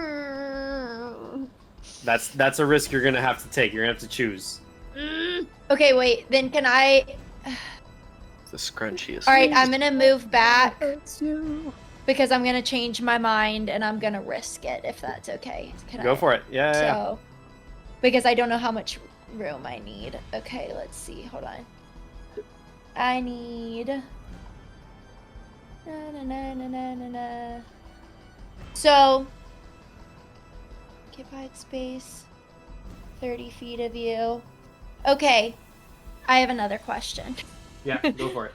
Okay, so when I cast my wildfire spirit on my turn as my action, I can then on that same turn use my bonus action to have it teleport, right? Because that's one of my bonus actions on its turn.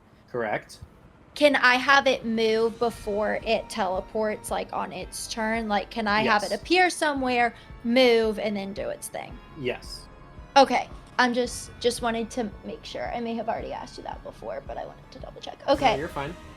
so within 10 feet, must make a dexterity saving throw. Okay, so I am gonna have it appear right, I guess here in this square. 30 feet away from me. You cannot see that square from where you are. Oh shoot. Okay, hold on. Okay, so I can did basically need to see- move, didn't I? You can Yeah. basically see this ridge line. So Okay. you What can I you see from here? Uh, Do I need to go one more square? you want to try to make it appear over here? I just want it to appear not within 10 feet I'll tell of you what. any of my allies, but I want it to be able to hit this guy. That was my goal. So that's why I was going for like you- this area. If you I'll- put it near me, you'll be okay. I'll tell you what you can do. You can make it appear high enough in the air over here, because it has a fly speed, so it doesn't need to appear like on the ground. It can appear in midair. So you can make Okay. it appear like in this area, high enough where it'll hit the creature, but not shun. But it'll be Okay. floating in the air. Then I will do that and bring and summon my wildfire spirit. Which, once again, I failed to Starts save. making Super Saiyan sounds.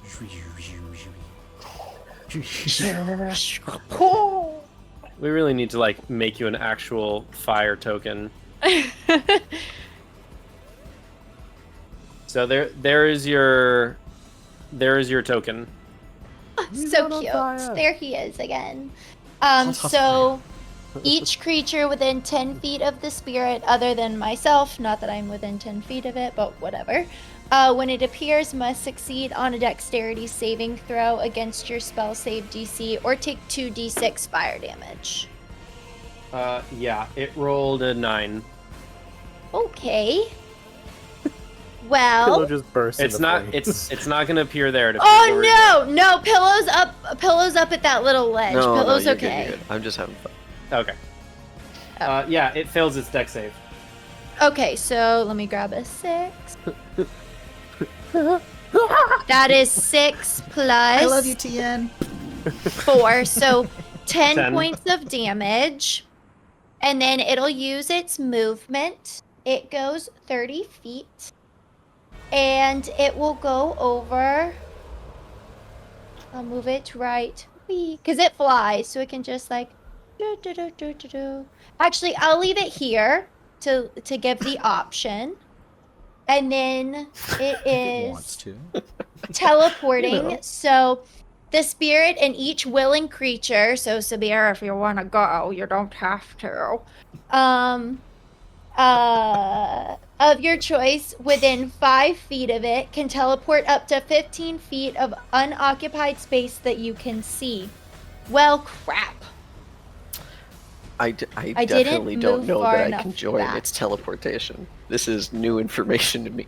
Augie, you feel this pull, Mhm. Oh, crap. no. no. And you get the sensation that this wild spirit is trying to teleport you with it. It is up to you if you are willing or not. Oh man, do I recognize that it came from Hazel? Or do I feel like this is just another elemental that popped up to fuck me up? Make a. I'll let you make either an insight or perception at disadvantage. Either one Well, at disadvantage. I have advantage on insight usually, so that would be a straight roll. Okay, go for it. Why do you If have he disadvantage saw on insight? me cast the other one with fire, would that help at all? Since my eyes do a similar thing? And the sound. Maybe. In the Okay. pool. I will say, because of the similarity of her having cast fire magic before, and the similarity of this magical thing appearing, you will have a normal roll to determine if this is connected to her or not. Okay, so again, my normal roll would be at advantage for insight. Go for it. Okay. That's gonna be 17. This is very clearly her summoned creature. Okay, cool. I will accept the teleportation invitation. There you go. Okay. Well then, Sabhir, would you like to join? Still looking at the blue stone. I will not go. Okay. Then, can I see over here from where I'm at? You can see the ridge end. You can't see like this square, but you can see like this square or this square. Good enough for me. I'll just right there to This'll the do. end. That'll do. There you go. You are out of the sand pit, the quicksand pit. Thank you so much, little fire fella. Thank you, lass. He's friendly. I can tell. Hazel, anything else? No, I didn't get within 5 feet, so there is no dexterity saving throw. Cool. Sabhir, you're up. Again, the right hand that casted inflict wounds. I'll just like, Okay, all right. Let's try the other hand. and I will run, and I will try to reach out for the blue stone and just All right. grab it. You're going to try to grab it out of the creature? Yes. Okay, this is going to be a contested grapple. What if it's incapacitated? Doesn't make a difference. Incapacitated only means advantage, or only means that it cannot take actions or reactions. Or bonus Oh, actions. so it So it can't can't contest your grapple. Yeah. Yeah. It's just sitting there, So it auto fails the grapple. waiting. It auto fails the grapple. Okay. Stone giants. Okay. You are okay. All right. Fair enough. The DC's 13. You reach in. You manage to wrap your hand around it and clutch it, and you manage to pull it out of the creature. You're gonna call it Nat 20 or Nat 1. Okay. Mm-hmm. Call it. Natural one. It is a natural 20. Damn it. So. There you go. Look at that ring. Oh my god. Oh my god. It's so tough. There it is. It's Jared. funny. Yeah, it's tough to say. So you pull the stone out. Mhm. It breaks underneath your hand, and the necrotic damage that you inflicted on it previously, as the stone shatters, it pelts you. All of the fragments and the debris pelt you and embed themselves into your skin, your face, your arm, your hand, just like all messed up. And you feel like something is off. That doesn't count as an attack roll, does it? No, it's just a grapple. Damn. Okay. Also, You feel that something, like the stones are embedded in you. You feel that something is like, you don't take any damage, but there's a weird sensation that you're getting. Okay. Anything Maybe else? there's some stones inside you. I should drink more water.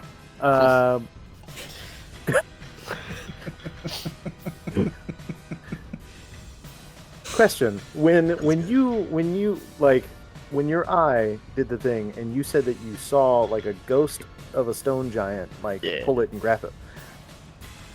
Did Sabhir also see this? I think he only saw the rune appear over my eye. If I don't want to imply anything, so I'm not gonna say that you definitely saw that. It's your decision whether or not the rest of the group can see it or not. Then you Yes. definitely saw that because that's metal as hell. Yeah. You all saw this giant ghostly this ghostly giant's hand wrap itself around the elemental. Okay, yeah. In that case, hell yeah. Because I was just thinking like ghosts for okay, I don't feel right, and I'm gonna be like, oh, Well, something's not feeling right. and I'll just I'll cast. Let's see. I believe this is a bonus action. Cast debridement. Yeah. I will go ahead and cast Sanctuary on myself, and so you see me. Yep. Sora and Donald and Goofy, they come out and they're like friendship, and one person's like, Trinity on you. yeah. Gosh, that's a lot of stones in that guy. I can't do it. I can't do. I can't. Yeah, that's why he's just. Yeah.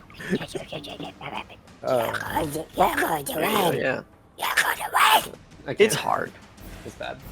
So I'll cast Sanctuary on myself, and Okay. you'll see basically a ghostly spirit again grab the shield, and then it turns spectral and just run into me, and it just kind of envelops.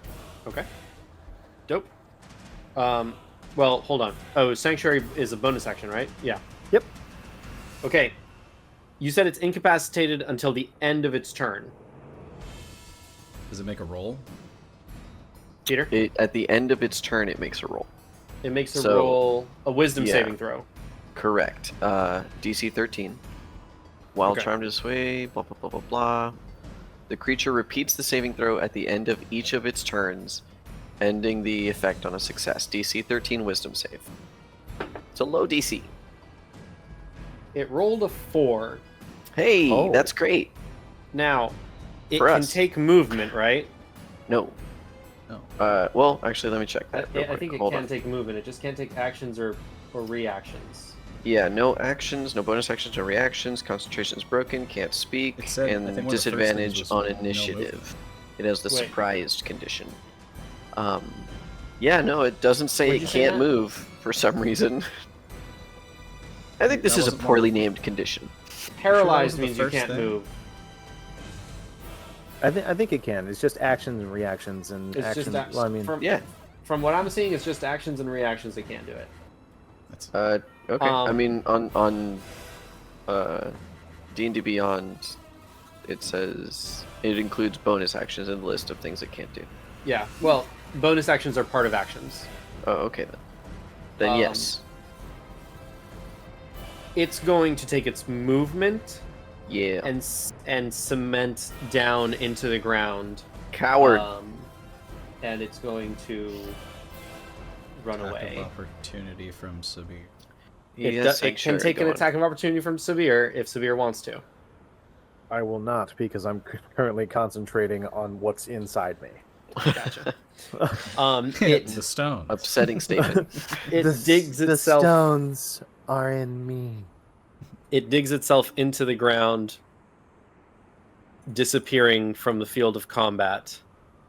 And we are done with the map. Oh, okay.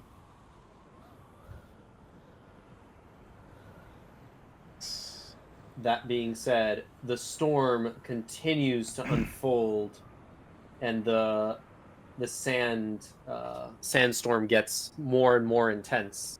But for the moment, the battle has subsided. The scene is yours. Are we still getting pelted by the sandstorm, mechanically speaking? Like, do we need to relocate? Yes. The Right. fuck did it go? Y'all can like talk, but keep in mind that it's like very windy. You may have to start yelling at each other. At least that's Right. the It's heckin' windy. context that you need to have in general. Right, let's just move along then. I'm What? happy to... Let's move along then. Happy to make your acquaintance later. You said WebMD? Sorry. Cleft foot. I yeah, think we so- should go back to the camp. We can make acquaintances later. What? Follow me. WebMD. What's that? I think he said it was really WebMD. I don't know. What about I'm your not knee? sure. I said cleft foot.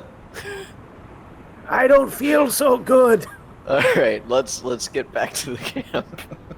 I'll see you guys there, and I'll have my little wildfire spirit just like teleport me there, but it only teleports me in 15 feet increments, so it's just like reappear, gone, reappear, gone, reappear, gone until I get there.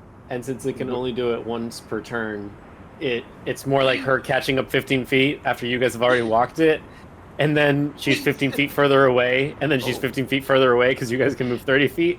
She's only moving 15 feet at a time. Real quick, where did you leave the hedgehog?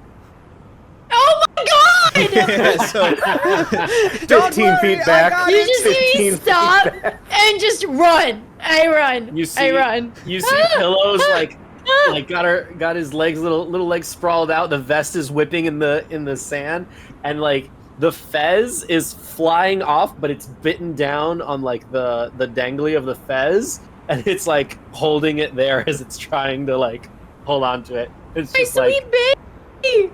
Oh my gosh, I'm so sorry. I'm so sorry. Come on. I'm sorry. I'm so sorry. It will never happen again, I swear. You know, any of them could have grabbed you. They go, oh, where's Pillow? But they didn't think about grabbing you. Oh, ridiculous. Oh, my sweet angel. Oh, let's go. I will never leave you again. you make it back to the camp, and you see that like they've formed kind of like a circle, and with all of the members and everything, but the storm is getting worse and worse and worse. And Musafir like calls you out. What's happening? Who is this? We don't know. What? Augie. He's soggy. I can got make him a your little acquaintance later. We need to stay out to the storm. WebMD? Follow me. The storm gets worse and worse and worse, and people are starting to stop and kneel, and they're starting to pray, and they're starting to freak out. And Hazel, you notice on the edge of the camp, you see this fox with very large ears, a white, kind of a beige white fox, just kind of circling the camp and trying to like yelp and draw attention. And it makes eye contact with you, and you get this sort of sense of familiarity with it, and it like gives you a signal that you can instinctively tell that it's telling you to grab everybody and that follow it to safety because the storm is going to get bad. This is a fennec fox. Okay, guys, follow me. Come on. Come on. You two. You're You two, whispering new it. guy. You're All whispering right, it to the yes, group. ma'am. Yeah. What? I'll whisper it to the group and then be like, okay. And leave Just- the rest of the nomads abandoned I in the don't even sandstorm? wait for the cue that she's not telling everyone. I immediately activate my runes, become massive again, and go, people, we're moving. Well, that's one way to do it. However, I found that if you start moving, people follow. Let's go. Come on. That's only because we were wanted. Oh. I don't know. It's worked for me thus far, so here we go. If you Well, don't I follow, certainly you want to die. follow you. Bye. And You- I'll And then I'll actually just, take like, the rear of the take off. caravan with the people to make sure no one falls behind. The caravan starts to move, following Hazel, following this fennec fox. You make your way back down into the canyon where Augie originally was, and going into the canyon through kind of this path, the sandstorm overhead continues to rage on, and you can see that the sand is starting to fill the canyon. Eventually, the fennec fox comes to this wall and kind of wedges itself into this tiny little hole. And as you go to get closer to it and you put your hand on the wall, it starts to open into this giant cavern system below. And you start to make your way down. Slowly, all of you start to walk down following this fennec fox. And the storm starting to subside, raging on the outside, but not so... Whoops. But now, like, off in the distance, no longer as prevalent anymore. And you start to find your way into this cavern system. Luminous stones and moss grow on the cavern systems and on the cavern walls, and it starts to feel a little more damp in here. The air is a little thicker, but also fresher. After about like 10-15 minutes of going down, the fox stops and just kind of sits down in front of you, Hazel, and it turns into an individual. They have beige skin with blue flecks across their body, and they have amber eyes and silvery hair. And this person, she speaks to you. She says, oh, welcome, sister. And she like goes to hug you. That tracks. Hey. It is very nice to meet a sister of the Una, but you seem like you are far away. Oh, yeah, I am. I'm a Kaya druid. Welcome to Ramil. Thanks. Wow. Thanks for coming out and getting us. How'd you know we were here? You make a lot of noise, Oh, or Yeah. were making a lot of noise Oh, upstairs. yeah, that makes sense. We have a tendency to be seen and make a lot of noise, metaphorically and literally everywhere we go, so. Augie, you make your way back to the front of the group once all the nomads are in. Musafir makes his way there as well. And my name is Zahira. You are welcome to weather the storm along with us. And Thank Musafir you. kind of like, thank you. I will organize the rest of our groups. And he looks at you, Hazel, and looks at Zahira and just, thank you. Rest here. We have a long trek to the colony. I will give you time to rest. And she like takes some steps away, and now the scene is yours. Hey, thanks, Yuma. Appreciate Oh, the help. yeah. You're welcome. Does that I'm happen to you Hazel. often? More often recently, I'm Augie Bryanstone. Technically Ogma Bryanstone, but call me Augie. Well, it's nice to meet you, Augie. I'm Hazel. Likewise, pleasure, Hazel. That's Shun, and that's Sabhir. Oh, that's Sabhir, and that's Shun. Alright, Shun and Sabhir. And this is Pillow. Hello, Pillow. By the Mighty way, leader. if I ever accidentally leave Pillow behind, feel free to pick him up. He's very friendly. And I'm Yes, still ma'am. new to this whole taking care of another life thing. Crazy. You, all right, sure, Mm-hmm. wonderful. So you said you're a Kaya druid. Yeah. Interesting. You don't What know exactly what that is. are you? What? You don't know what a Kaya druid is. Or make a Okay. history check. Okay, I am an expert in history. 19. No, yeah, 19. 19. Okay. You have heard the term Kaya, but you're not exactly sure what it is. Wonderful. Um, that's fascinating. I have a particular interest in the sorts of the unknown, and at least where I come from, this isn't exactly well known. Could you tell me a bit about that? Oh, sure. Well, I come from this community of all female elf druids. We're called Ah, Kayas.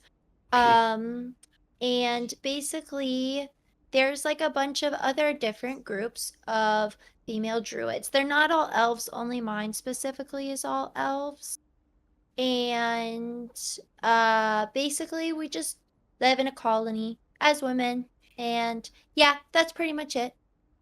interesting. Oh, and we like pick circles of like being druids and so on and so forth. And you're not supposed to pick the wildfire one, which I picked, which you may not have picked up on considering, or you may have with all the fire. And then I kind of got kicked out. But then I didn't think I got kicked out. I thought I was on a journey to go and just find a mentor because we're supposed to find mentors when we turn 100 because that's when we pick our circle. And it hasn't really panned out for me. And then I'm pretty sure they kicked me out. So here I am. Okay, So I might so not be technically a Kaya Druid anymore, but I'm pretty sure I still am a Kaya Druid. I'm not really sure what the protocol is once you get kicked out. all right. So Hazel, the questionably Kaya druid who Hmm. chose fire. Yes, that's So me. you're like a first of your kind then. Yes, I think so. Or Incredible. if there are more of my kind, we just didn't learn about them because we weren't supposed to do that kind of thing, you know? Hmm. You should write a book. I could write a book. Honestly, I have a crazy story. It truly is wild. It is. Well, thank you for sharing, Hazel. Well, what about you? I feel like now you know so much about me, but I haven't even asked about you. Well, currently I am tired, hungry, less thirsty. Thank you, Sean. Um, and a bit lost. So I'm currently, and I take a second hesitating. Would I know of any giveaway like symbols or tattoos or like signs, visible signs of anyone from the Verdoran cult? You would know that there is their main symbol is the shape of a dead tree Mhm. that the branches all are leafless. There are holes that form like the eyes, and then the trunk is gnarled into like this twisted beard, and then with the branch with the roots kind of like all scraggly. And I haven't seen anything that would resemble that. Not amongst these people. Okay. I take a second, I look around, realizing no sign of this, and I go, I've been requested, along with the rest of my group, to do a little bit of investigating on the Verdoran cult. Haven't yet found any to speak of, and my group is a bit lost as well. Don't know where they are. I ended up here somehow, and hopefully they're in better sorts, and hopefully together. No way for me to contact them yet. I'll figure that out at some point. Um, so I'm just a bit lost in the desert at the moment. Hmm. Well, you can hang out with us. So, I really appreciate that. You're so kind. Thank you, Lassie. you're welcome. Insight check. Go for Peter, it. roll regardless if it's deception or if you're being truthful. Okay. All right.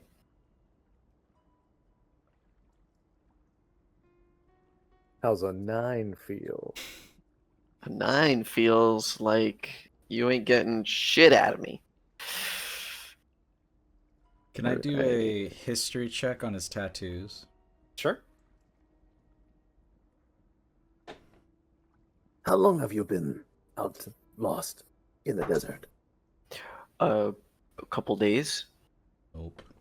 Been trying to survive off of whatever little creatures I find. Ran out of water today.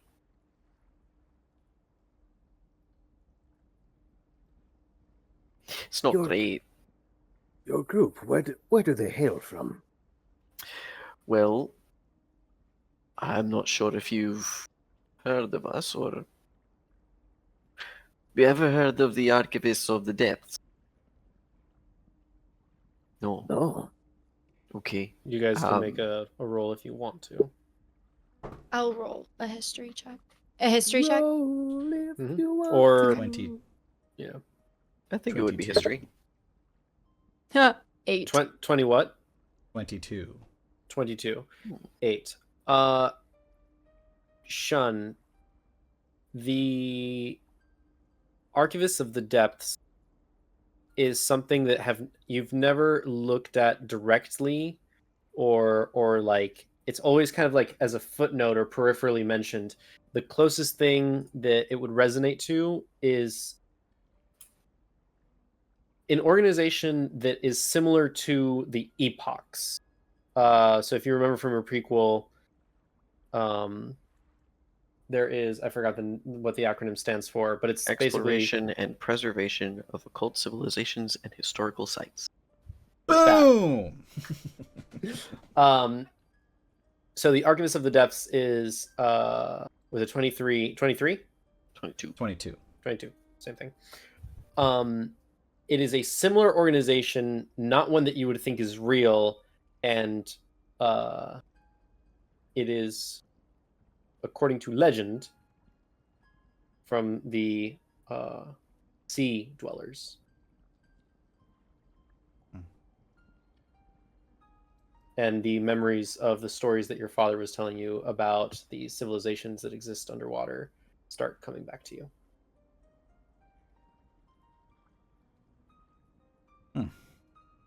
Interesting. So no one's heard of the Archivists of the Depths. Well, I mean, I suppose that makes sense. We're supposed to be relatively not exactly out there. We're not meant to be unknown, but we're not meant to be known either. I guess it's not really part of the plan. Imagine Deep knowledge. the comparison I would put it to is like, imagine like talking about the Knights of the Round Table and somebody's claiming to be one of those knights, and you're like, I mean, I know Arthur's a legend, but that's kind of the feeling you get. Well, that's how what would I akin it to. You can draw your own conclusions. We dance whenever we're able. We do our scenes, we do routines. The holy hand grenade. Right. So Hmm. our mission, generally speaking, is to seek out, learn about ancient knowledge, protect it. We're essentially daring archaeologists, as you might call it. And when it comes to that sort of occult knowledge and the exploration of it all, I guess it makes sense that you might want to have us do a little bit of investigating regarding cult and cult-like activity. So here I am, and hopefully they are somewhere being rather than not being. And by they, I mean my friends, not the cult. Hopefully they're not being. Or their being. You know something? That would be great for me to learn about. They are not nice people. No. Okay, great start. Yeah. Is that all we got then? They're not nice. They kick a Perhaps, puppy. perhaps a bit more over dinner. You said you were hungry. I can help Very with the thirst. I can also help with the hunger. kind Yeah. man. What's for dinner? Well, and sandy rations most likely, but yeah, I'll try to spruce it up. Rather He's kind a of you. great cook. Or chef. He's a great chef. At this point, I'm sure it'll be heavenly, no matter what I taste. So hey, you can't disappoint me.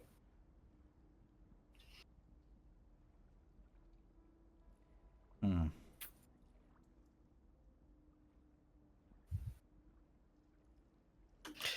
Has the cult ever popped up where you are from, or you were just sent on a dry run? Well, I guess I don't know if there was something more pressing, but I was told that they could well be an imminent threat. I guess imminent wasn't exactly said to me, but something along those lines, right? A relatively near future threat that we need to learn about. So it's best to know your enemy, and if they are our enemies, I'd like to learn about them. Um, it's not really the typical thing we do, but it's what I'm doing now. To my knowledge, there hasn't been an attack, but I can't guarantee that I've been told everything I need to know.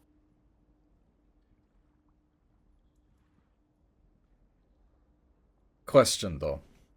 So you claim to be from a mythical, at least to me in my stories, a Ah, mythical group who okay, dwells below the waves, or certainly. at least is associated. And your issue is with a cult above the waves. Future issue. Future issue. Everything else you said, spot on. Okay, okay, yeah. So everything that I've heard, Mhm. aside from the fantastic, is that there's a clear line between those below and those above. What kind of threat has those who have stayed in their own up here? Ah, we have interacted with this Vidoran cult, and so far, I mean, they are ruthless, don't get us wrong, but they just seem like any other zealot. What has the deep so intrigued? That is also one of the things I'd like to learn about. Um, like I said, I'm part of the Archivists of the Depths. This mission isn't How in long have you our been part of inherent them? nature. As far as I've got memory, well, I mean, as far as I could be a part of it. Um, grew up sort of here and there, you know. Um, I guess maybe you don't know, since you're saying it's all mythical. Um, have you ever heard of? Well, no. You say that you speak as if the people of the ocean don't exist, but I'm standing right in front of you. I guess I don't know what to Don't think of that. don't All get me right, wrong. let me I put it to you I this way. I hear stories, and I'm a collector of passed down tales, so Mm, I am not one to disbelieve you, but just trying to figure out how soon or what is happening with this cult, because they keep popping up. And if, the legends are to be told and true, this might be big. well, I can't speak for what is known or what is divined. I can only speak for what I've been told. And all I've been told is that they are a threat to the people of the ocean, of all cities in the ocean, or the many oceans, as you may know them. I was requested along with a small squad to do this. I've been part of the Archivists essentially all my life. Small part of my life I lived above ground, but most has been under. And by under I do mean the water, not the ground. And any opportunity I get to uncover more mysteries, I'm excited to jump on. And to be sent above the water line is, well, it's unusual, as you said. And I didn't question it too much. I was more excited about the opportunity. And hey, if I can do some good, why the hell not, eh?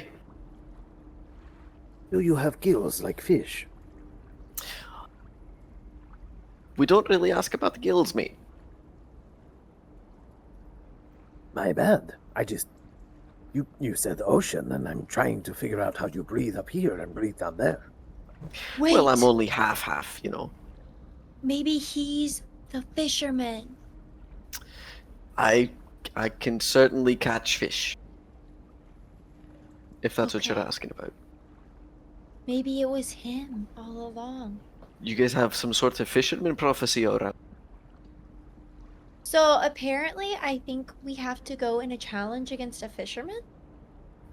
But I have maybe not been he's not a informed. fisherman, but a challenge of some sort. Alright, you can put the fisticuffs down, mate. I'm not interested in fighting. I wasn't interested in fighting that thing. It just started attacking me. I joke. Welcome Get then. used to it. The two of them, they're not super warm at first, but before you know it, you'll be best of buds. I'm looking forward to that. That'll be lovely. But in any case, I can't tell you too much about the Verdoran cult, unfortunately, as much as I do love a good read about all sorts of things. I can't say I know too much about them. That's sort of the purpose of the mission. It's a fact-finding mission. You've got to learn about them, learn where they are, what they're about, what sorts of threats they offer, and if we can stop them preemptively, that would be ideal. So that's sort of what path I'm on. And it sounds like, be it the fates, the gods, or sheer coincidence, if you're the type to believe in luck, perhaps you are too, eh?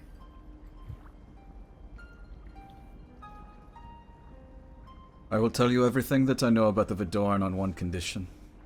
Okay. You tell me about your life under the water. My father was never believed when he saw one of your kind.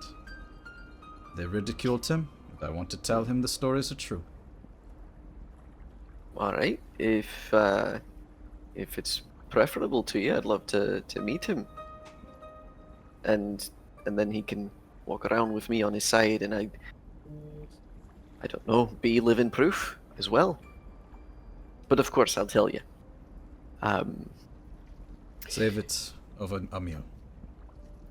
I want to be able to process.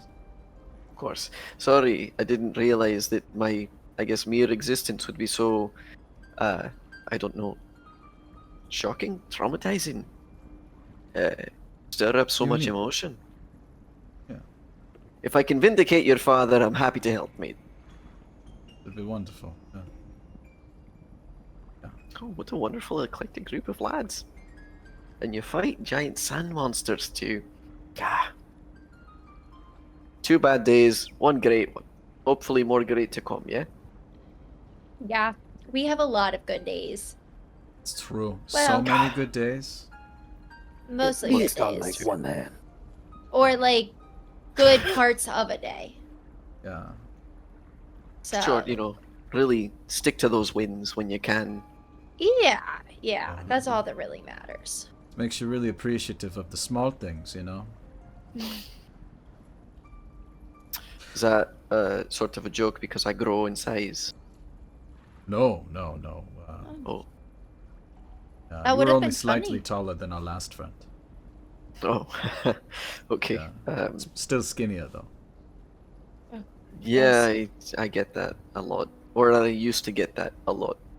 Yeah. Not so much living under the water. But that thing with the hand was pretty cool. Yeah, that's right. Ghost taught me that one. Giants. Oh, he sees ghosts too. Fucking great. Okay, I'm going to go and make a meal. Okay, enjoy seeing Thank the ghost you. friends. Sabir, it is not against you. I'm going to go, and Shun's gonna go and start making some dinner. Some of the nomads have started to like settle in for a little bit. They've been told that they're going to be here for a few hours before moving forward. So some some fires are starting to go, and cooking utensils are starting to come out. People are starting to like chill a little bit. While that's happening, based on his reaction, I turn to Sabir and I go, "Did a ghost offend him or something?"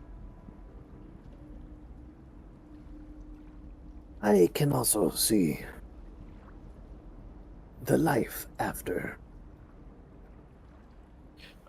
Just like all But of it? is not all. Okay. Only a select few. Few that I was close to. Oh. Interesting. So you were close to them first, and now you see them after. So does okay, if this is inappropriate, I'm desperately sorry about that. I feel the compulsion, and I simply have to ask: does that mean that if you see Yes. a new ghost, you've learned that a friend of yours has died? The ones that I can see have already died. Right. So that means that since you've started to see the ghosts, you haven't had any friends who died such that you would see a new ghost. But that means No. you have eternal friendship with these fellas. Oh, that's fascinating. But they do not talk like yours. Oh, no, I hear the whispers. Yeah, the giants, they have things to say sometimes. Okay. They do not talk. At least not to me. But I hear other whispers. Perhaps they just don't talk yet. Maybe it's like a later thing. I would like it to be. Hmm. I would like to say things to them. Certainly. Understandable. They're loved ones. Yeah. They are. I'm gonna put a hand on his shoulder. Just give it a little bit of a squeeze. Go. I guess. I kind of like try to not let it happen. Well, which, nah, I'll just let it happen. Okay. In most cases, I guess people would say like, "Oh, they're always with you," and it would be sort of like a figurative sort of thing. But in your case, you do get to take the solace in carrying their love and spirit with you, in the most literal of senses. It's a gift. It's a gift, and perhaps you can't hear them, but perhaps they can hear you. Then they would hear the curses in the middle of the night. We do all have those nights. Well, I'm sorry for what haunts you, but I'm glad for what blesses you. Thank you. It is tough to think about it a different way. Well, it's not exactly easy to say ghosts. In my crew, I'm one of the... Well, I guess in my crew specifically, I'm the only one. So, it's certainly strange. Not a lot of people get to relate to this sort of thing. This is actually just sort of insane. Sorry, I get excited about new information and stuff like that. I don't mean to like be inappropriate with the feelings that you're having and the sentiment that you experience and so on. It's just this is fascinating. I guess so. If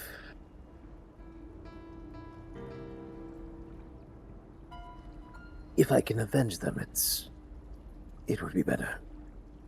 Oh, this is like a. I see what you're saying. Okay.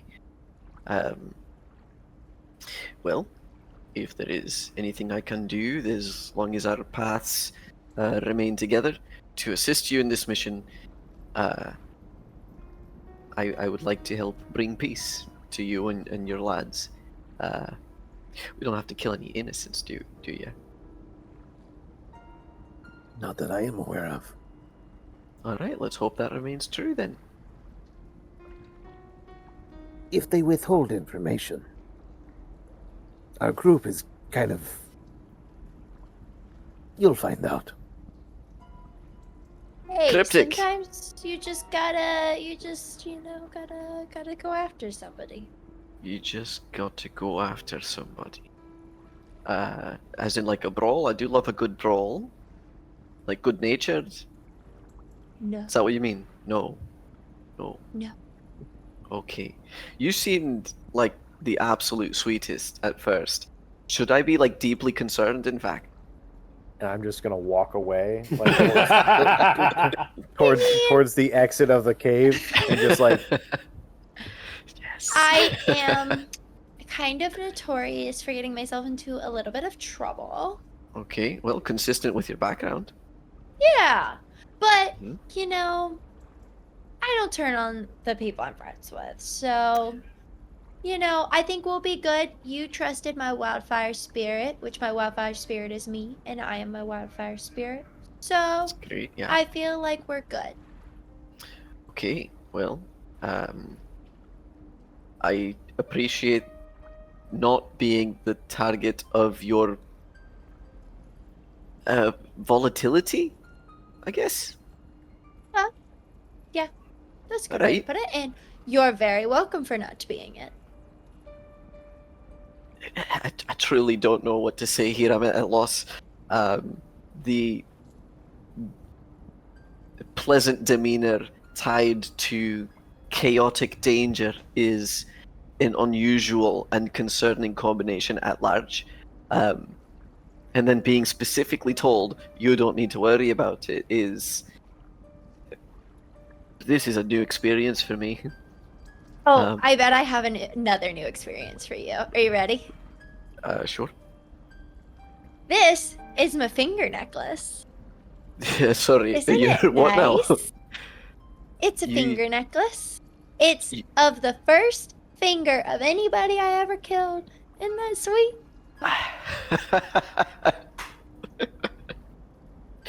Oh, Lassie, I think you'd get along well with me mum.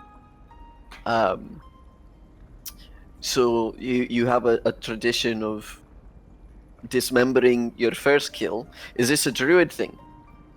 Oh no, crazy story. So, I am from an all-female colony. I had never met a man before. So, I Oh. was then on this caravan with two men, and then they went with me, and then I had my first kill, and one of them was like, should chop off the finger, and so he actually did it for me, and then now I wear the finger. So it's very sweet sentiment. And we So built a hold on. wonderful friendship on that trip. It was so nice. Oh, they were such good friends. And they're the ones who really were like, hey, dudes are okay. And now it's like I'm just surrounded by dudes all the time. So it really So- panned out. If I understand your story correctly, the progress that you went through was fundamentally betrayed the tenets of your group, your druid family, Yeah. who was exclusively women, then went on some sort of caravan where there were only two men, and these two men that you met taught you the ways of murder, and within that they also said dismember and collect the trophies of your kills, or at the very least the first one, so that, I don't know, it's sentimental value, I guess. And now you have a consistent desire for blood? Yes, that's pretty much completely right. Except there were other people in addition to the two men. That was where I met my friend Myrrh. And she was my female friend, which was really helpful because I was so nervous being there. And then after I became friends with Mur got kidnapped, and then we had to go find her, and then I ended up with them. And then that's when I met Vagari, who was my second really close female friend, and we made grass angels. And then Vagari and Mur didn't get along at first, but then they moved past it, and then we were all three best friends, and now I've lost both of them. Wow, that was just a roller coaster. Ends on a low. That's a real sad one. Not Shun's dead. gonna They're come not back. dead. Sean's gonna come back. I brought finger foods. Ah, thank you. Wow, how appropriate, thematically so. What do you look like mean? fingers? What do you not? I look at the other two, and I guess you just got back and. Sorry, she was telling me the story of her finger necklace, and you showed up with finger food, and it just seemed. They're not made of fingers. They're just But no. snacks. Yeah. That's good to know, I suppose. Yeah. I have could- certainly. There's a reptile man who likes fingers too. If you really wanted finger food. I'm God. not the one who wanted to eat fingers. Don't go talk to him. Don't. I don't- Weird. He's I'm weird. not here to judge. I'm just here Okay. to cook. He's weird. I'm here to judge. Well, it's good to have variety. Jury and executioner. Yeah, literally. Okay. Thank you for the food. I will appreciate it greatly, deeply, and to great satisfaction. So I'm just going to start eating indiscriminately and enjoying the moment for what it is in the best possible way. And I will follow up with Hazel here. And you just felt gravitated to these two surprisingly or enthusiastically violent men. Yeah. They were great. We kind of just became like best friends. Wow. And that's like within that story. I guess I don't know what. So your highlight is friendship, sort Yeah. of, I guess, tied to murder. Yeah. Without them, I don't think I would have ever had the confidence to get my first kill. I mean, to be in a fight, to wear a finger, to be who I am today. So honestly, they really broke me out of my shell. And that must have been a crazy sort of, like, the craziest, certainly nothing crazier could have happened to you within the first however long you were gone from your group at that point. Yeah, that was pretty much the craziest thing. It's pretty nuts. And speaking of nuts, I made a nut butter. If you could tell me what that tastes like. I need someone who's impartial and hasn't really had my food. I'm a terrible choice for this, lad, specifically because I haven't eaten anything good in so long. Yeah. So Hey, we better prepare not. for a glowing review, and I just go for it. Make Okay, a so I'm getting cooking hints utensils check. of delicious. They do a what check? Yeah, Sean is doing a cooking utensils check. 18 on the die. Oh yeah, it's pretty fucking good. This is the most incredible thing that I've ever eaten, and I'm not just saying that because I probably would have said about anything. I mean it. I mean it. Yeah, I've heard this one before. It's amazing. Okay, yeah. But give me the details. And all right, so I'm getting hints of deliciousness, sort of the what is that? The body of sturdy, I guess, and Yeah. the potential of life, sort of like it was meant to not be consumed, but rather nurtured and grown. And you know what? I'm absolutely glad to have changed its fate. You, sir, have an ethereal hand in the kitchen. I think it could be a little creamier. Both of those are exactly what I was looking for. Yeah, Okay. I'm not into the crunch. That's fair. Okay. We don't get too many crunchy things beneath the waves. Crunchy, creamy, got it. Sabir, take notes. I look over to the entrance of the cave. Sabir, did you hear that? What? And I'm looking out into the storm to try to get a glimpse of the beast that we faced. If, like, I don't know, my brain, Sabir's brain is just racking around, like, if the storm is happening and it's a desert storm, that thing was also sand, and maybe fighting it Like it's getting would calm the stronger. desert. Make a perception check.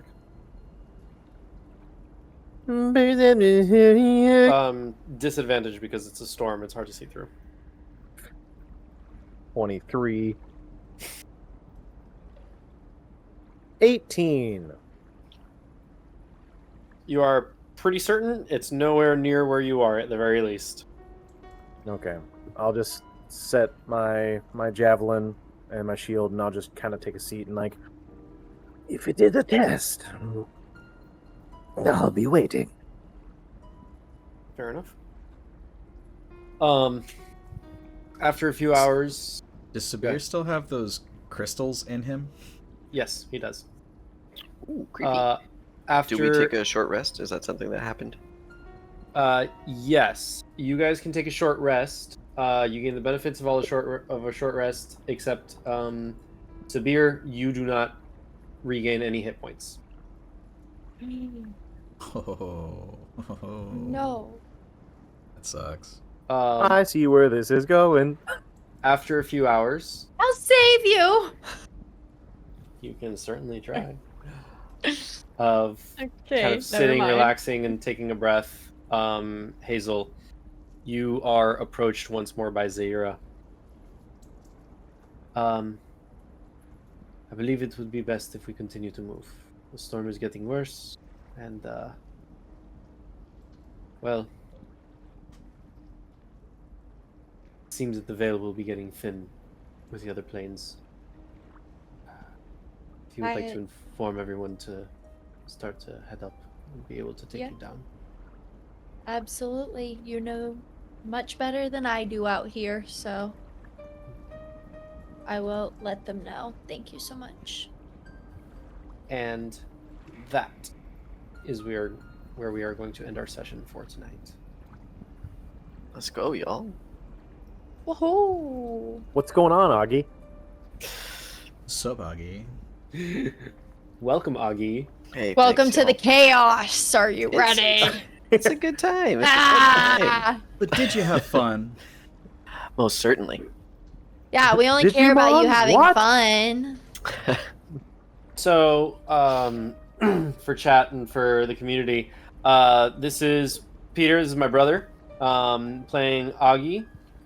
Brinestone? Yeah, Rhinestone, that's right. Brinestone. Peter will be joining us for at least a while. So thank you for joining, man. Excited to have you. My absolute and genuine pleasure. It's going to be a fun time. Yeah, Yeah. I'm psyched. Also, for those of you who don't know, we did my prequel together. So Played a It was different super fun. character. Yeah. Yeah. One of those Yes, murderous yes. men that you so That's Yes. right. immediately got endeared to was It's just so Peter's instantly. other character, Raymond Yeah. Shaw. And for those of you who haven't seen those prequels, definitely do. But also, she fully left out the wildest thing that happened in that prequel, and Augie has no clue. But you guys get to learn if you haven't seen it, so go watch it. Oh, I was gonna ask you to tell me what it was because I forgot what the craziest thing was. But you can find out about the I'll Check tell if You you can go after. back and watch it at Quest Yeah, I'll Accepted remind D&D you on after YouTube. because you narrated it. I narrated. you should also keep up because Hazel's stories are never going to have what you would say are going to be the most important things or accurate descriptions or accurate details because that's just Based on that alone, yes. really crazy. Yeah. Also, thank you, Bird Strike. Yeah, and a quick thank you to Proxima Rising who followed Hey, earlier in the stream. Thank you. Thank you. you. Should I have the stream going? I actually don't have it going. Can If you you believe want that? to. I'm being a fool over here. Which Food in love. love. Which Matt, thank you for also shouting out the YouTubes. By the way, for all of our gaming stuff, we have a second gaming channel which will also appear as a second channel for our main one. Go subscribe over there. So if you want to keep up to date on Matt's Sunday Scaries or the Witcher playthroughs, we'll have that up, and also, I believe over the winter break, I will have time to upload the Kingdom Hearts videos. So that will be something that I'm going to try to do over the winter break. And toss out a big thank you to Spec. Oh, for sure. So, by the way, I'm gonna have to go through Kingdom Hearts 1 again, and Spec is a speed runner and beat the shit out of our time. Like, hands down, I feel bad for us. Yeah. But it was a Uh, good time. Long time, but good time. yeah, it was a good time. Got to where we were in 5 hours. Yeah. Yeah. The thing that took Jesus. us, what, 14? Yeah, Yeah. yeah. So there's that. That's So thanks, that's man. wild. Yeah, and apparently it wasn't even like Spec's like best time. So yeah, so I gotta go find that, replay that little bit, and we'll have that up and running hopefully in the new year. You can check out our Kingdom Hearts vids. But yeah, New year, new key. yeah. Nice. New me, There you go. maybe. So next week we're going to have on Tuesday we're going to have our next regular session. Mm-hmm. And then on the 17th we're going to have the one shot that Hazel's going to run. And then we're going to take a little bit of a hiatus. Yep. And we will be back on January 14th. Because the next Tuesdays are Christmas Eve, New Year's Eve, and then we'll kind of be still traveling. I'll be still traveling on the 7th. So 14th we'll be back to the regular campaign. Mm-hmm. Do we have anything else that we need to announce? Should we raid somebody? Absolutely. We should Yeah. raid somebody, yeah. Raid somebody. All right, we got Who's those on? those natural ones, crazy questers. Let's see here. Maybe's I on. just realized, Uh, well, I didn't just maybe's realize it, on. but Matt, Steve, and I have very similar facial hair. Yeah, I was gonna say. Yep. I was gonna say that to Yeah. Steve, and then I saw. I was Yeah. like, oh yeah. Yeah, and then you're like, "Did you notice it yet?" And I was like, "Yep." It's a good look. Yeah, mine was just because I forgot that I didn't have razors, so I like trimmed and was like, well, I can't go any further than this. Yep. So I just left it a little darker. This is Yeah. the only part that grows aesthetically pleasingly, Just gotta own Oh, and I see. do, I really do. The bald thing with the whatever this is called. it. Yeah, man. Got so like who's a Don Julio going. When I go to the barber shop, when I want to be like treated nicely, like I'm gonna do a little luxury thing and go get them to shave my face. I live in Central America, so we speak Spanish, right? We call it el candado abierto. So it's like this is like a candado, right? Like a lock, right? All this. And it's just open because it's on the side, so it's open. Nice. Yeah. I don't know why, but I just pictured when you're like getting your face done that it's like that scene in Peter Pan when Captain Hook's getting his and then he puts like the towel on his face and the bird just sits on him. And he like shaves It his ass. feels great, you know. It's just one Yeah. of those things where I'm like, Hell yeah. I'm gonna splurge. My brain immediately went to the Three Musketeers. Yeah, that too. You guys look Yeah. like the Three Musketeers with your Oh, hairstyle, yeah. with your facial hair. Yeah. It's the three of you. The I need Man a in the hat. Iron Mask. I'll wear my Hazel and the Three shade Musketeers, a Yeah. sequel. Well, we are the crocheted Gallivant. voodoo doll. Yeah. You're the Jalavantiers. Oh yeah, that's right. Are. The G is We are. soft. The G is a soft G. It's a soft G. All right, who we But rating? Yeah. Those natural Alright. ones? Yeah, we can. So Alright. here, let me just Peter, we have this little sign off. Mm-hmm. Or I don't know if you're familiar, but basically 3, 2, 1, and then well, just count us down 3, 2, 1, and then you'll follow our lead. I'll certainly try. Yeah, you'll do okay. So you let us know, Steve. I will put it in the chat so that way people can start readying up. And yeah. 3, 2, Well, let Peter count it. 1. Let Oh, Peter my count. bad. My bad. Sorry. He's the new guy. He's the new guy. You said let them You know, said so I thought I was Steve just going to be Peter coming. know. I have some. Am I supposed to type it in the chat? No, Three- you just like- say No. 3, 2, 1. Okay, 3, 2, 1. Welcome. Bye. Bye.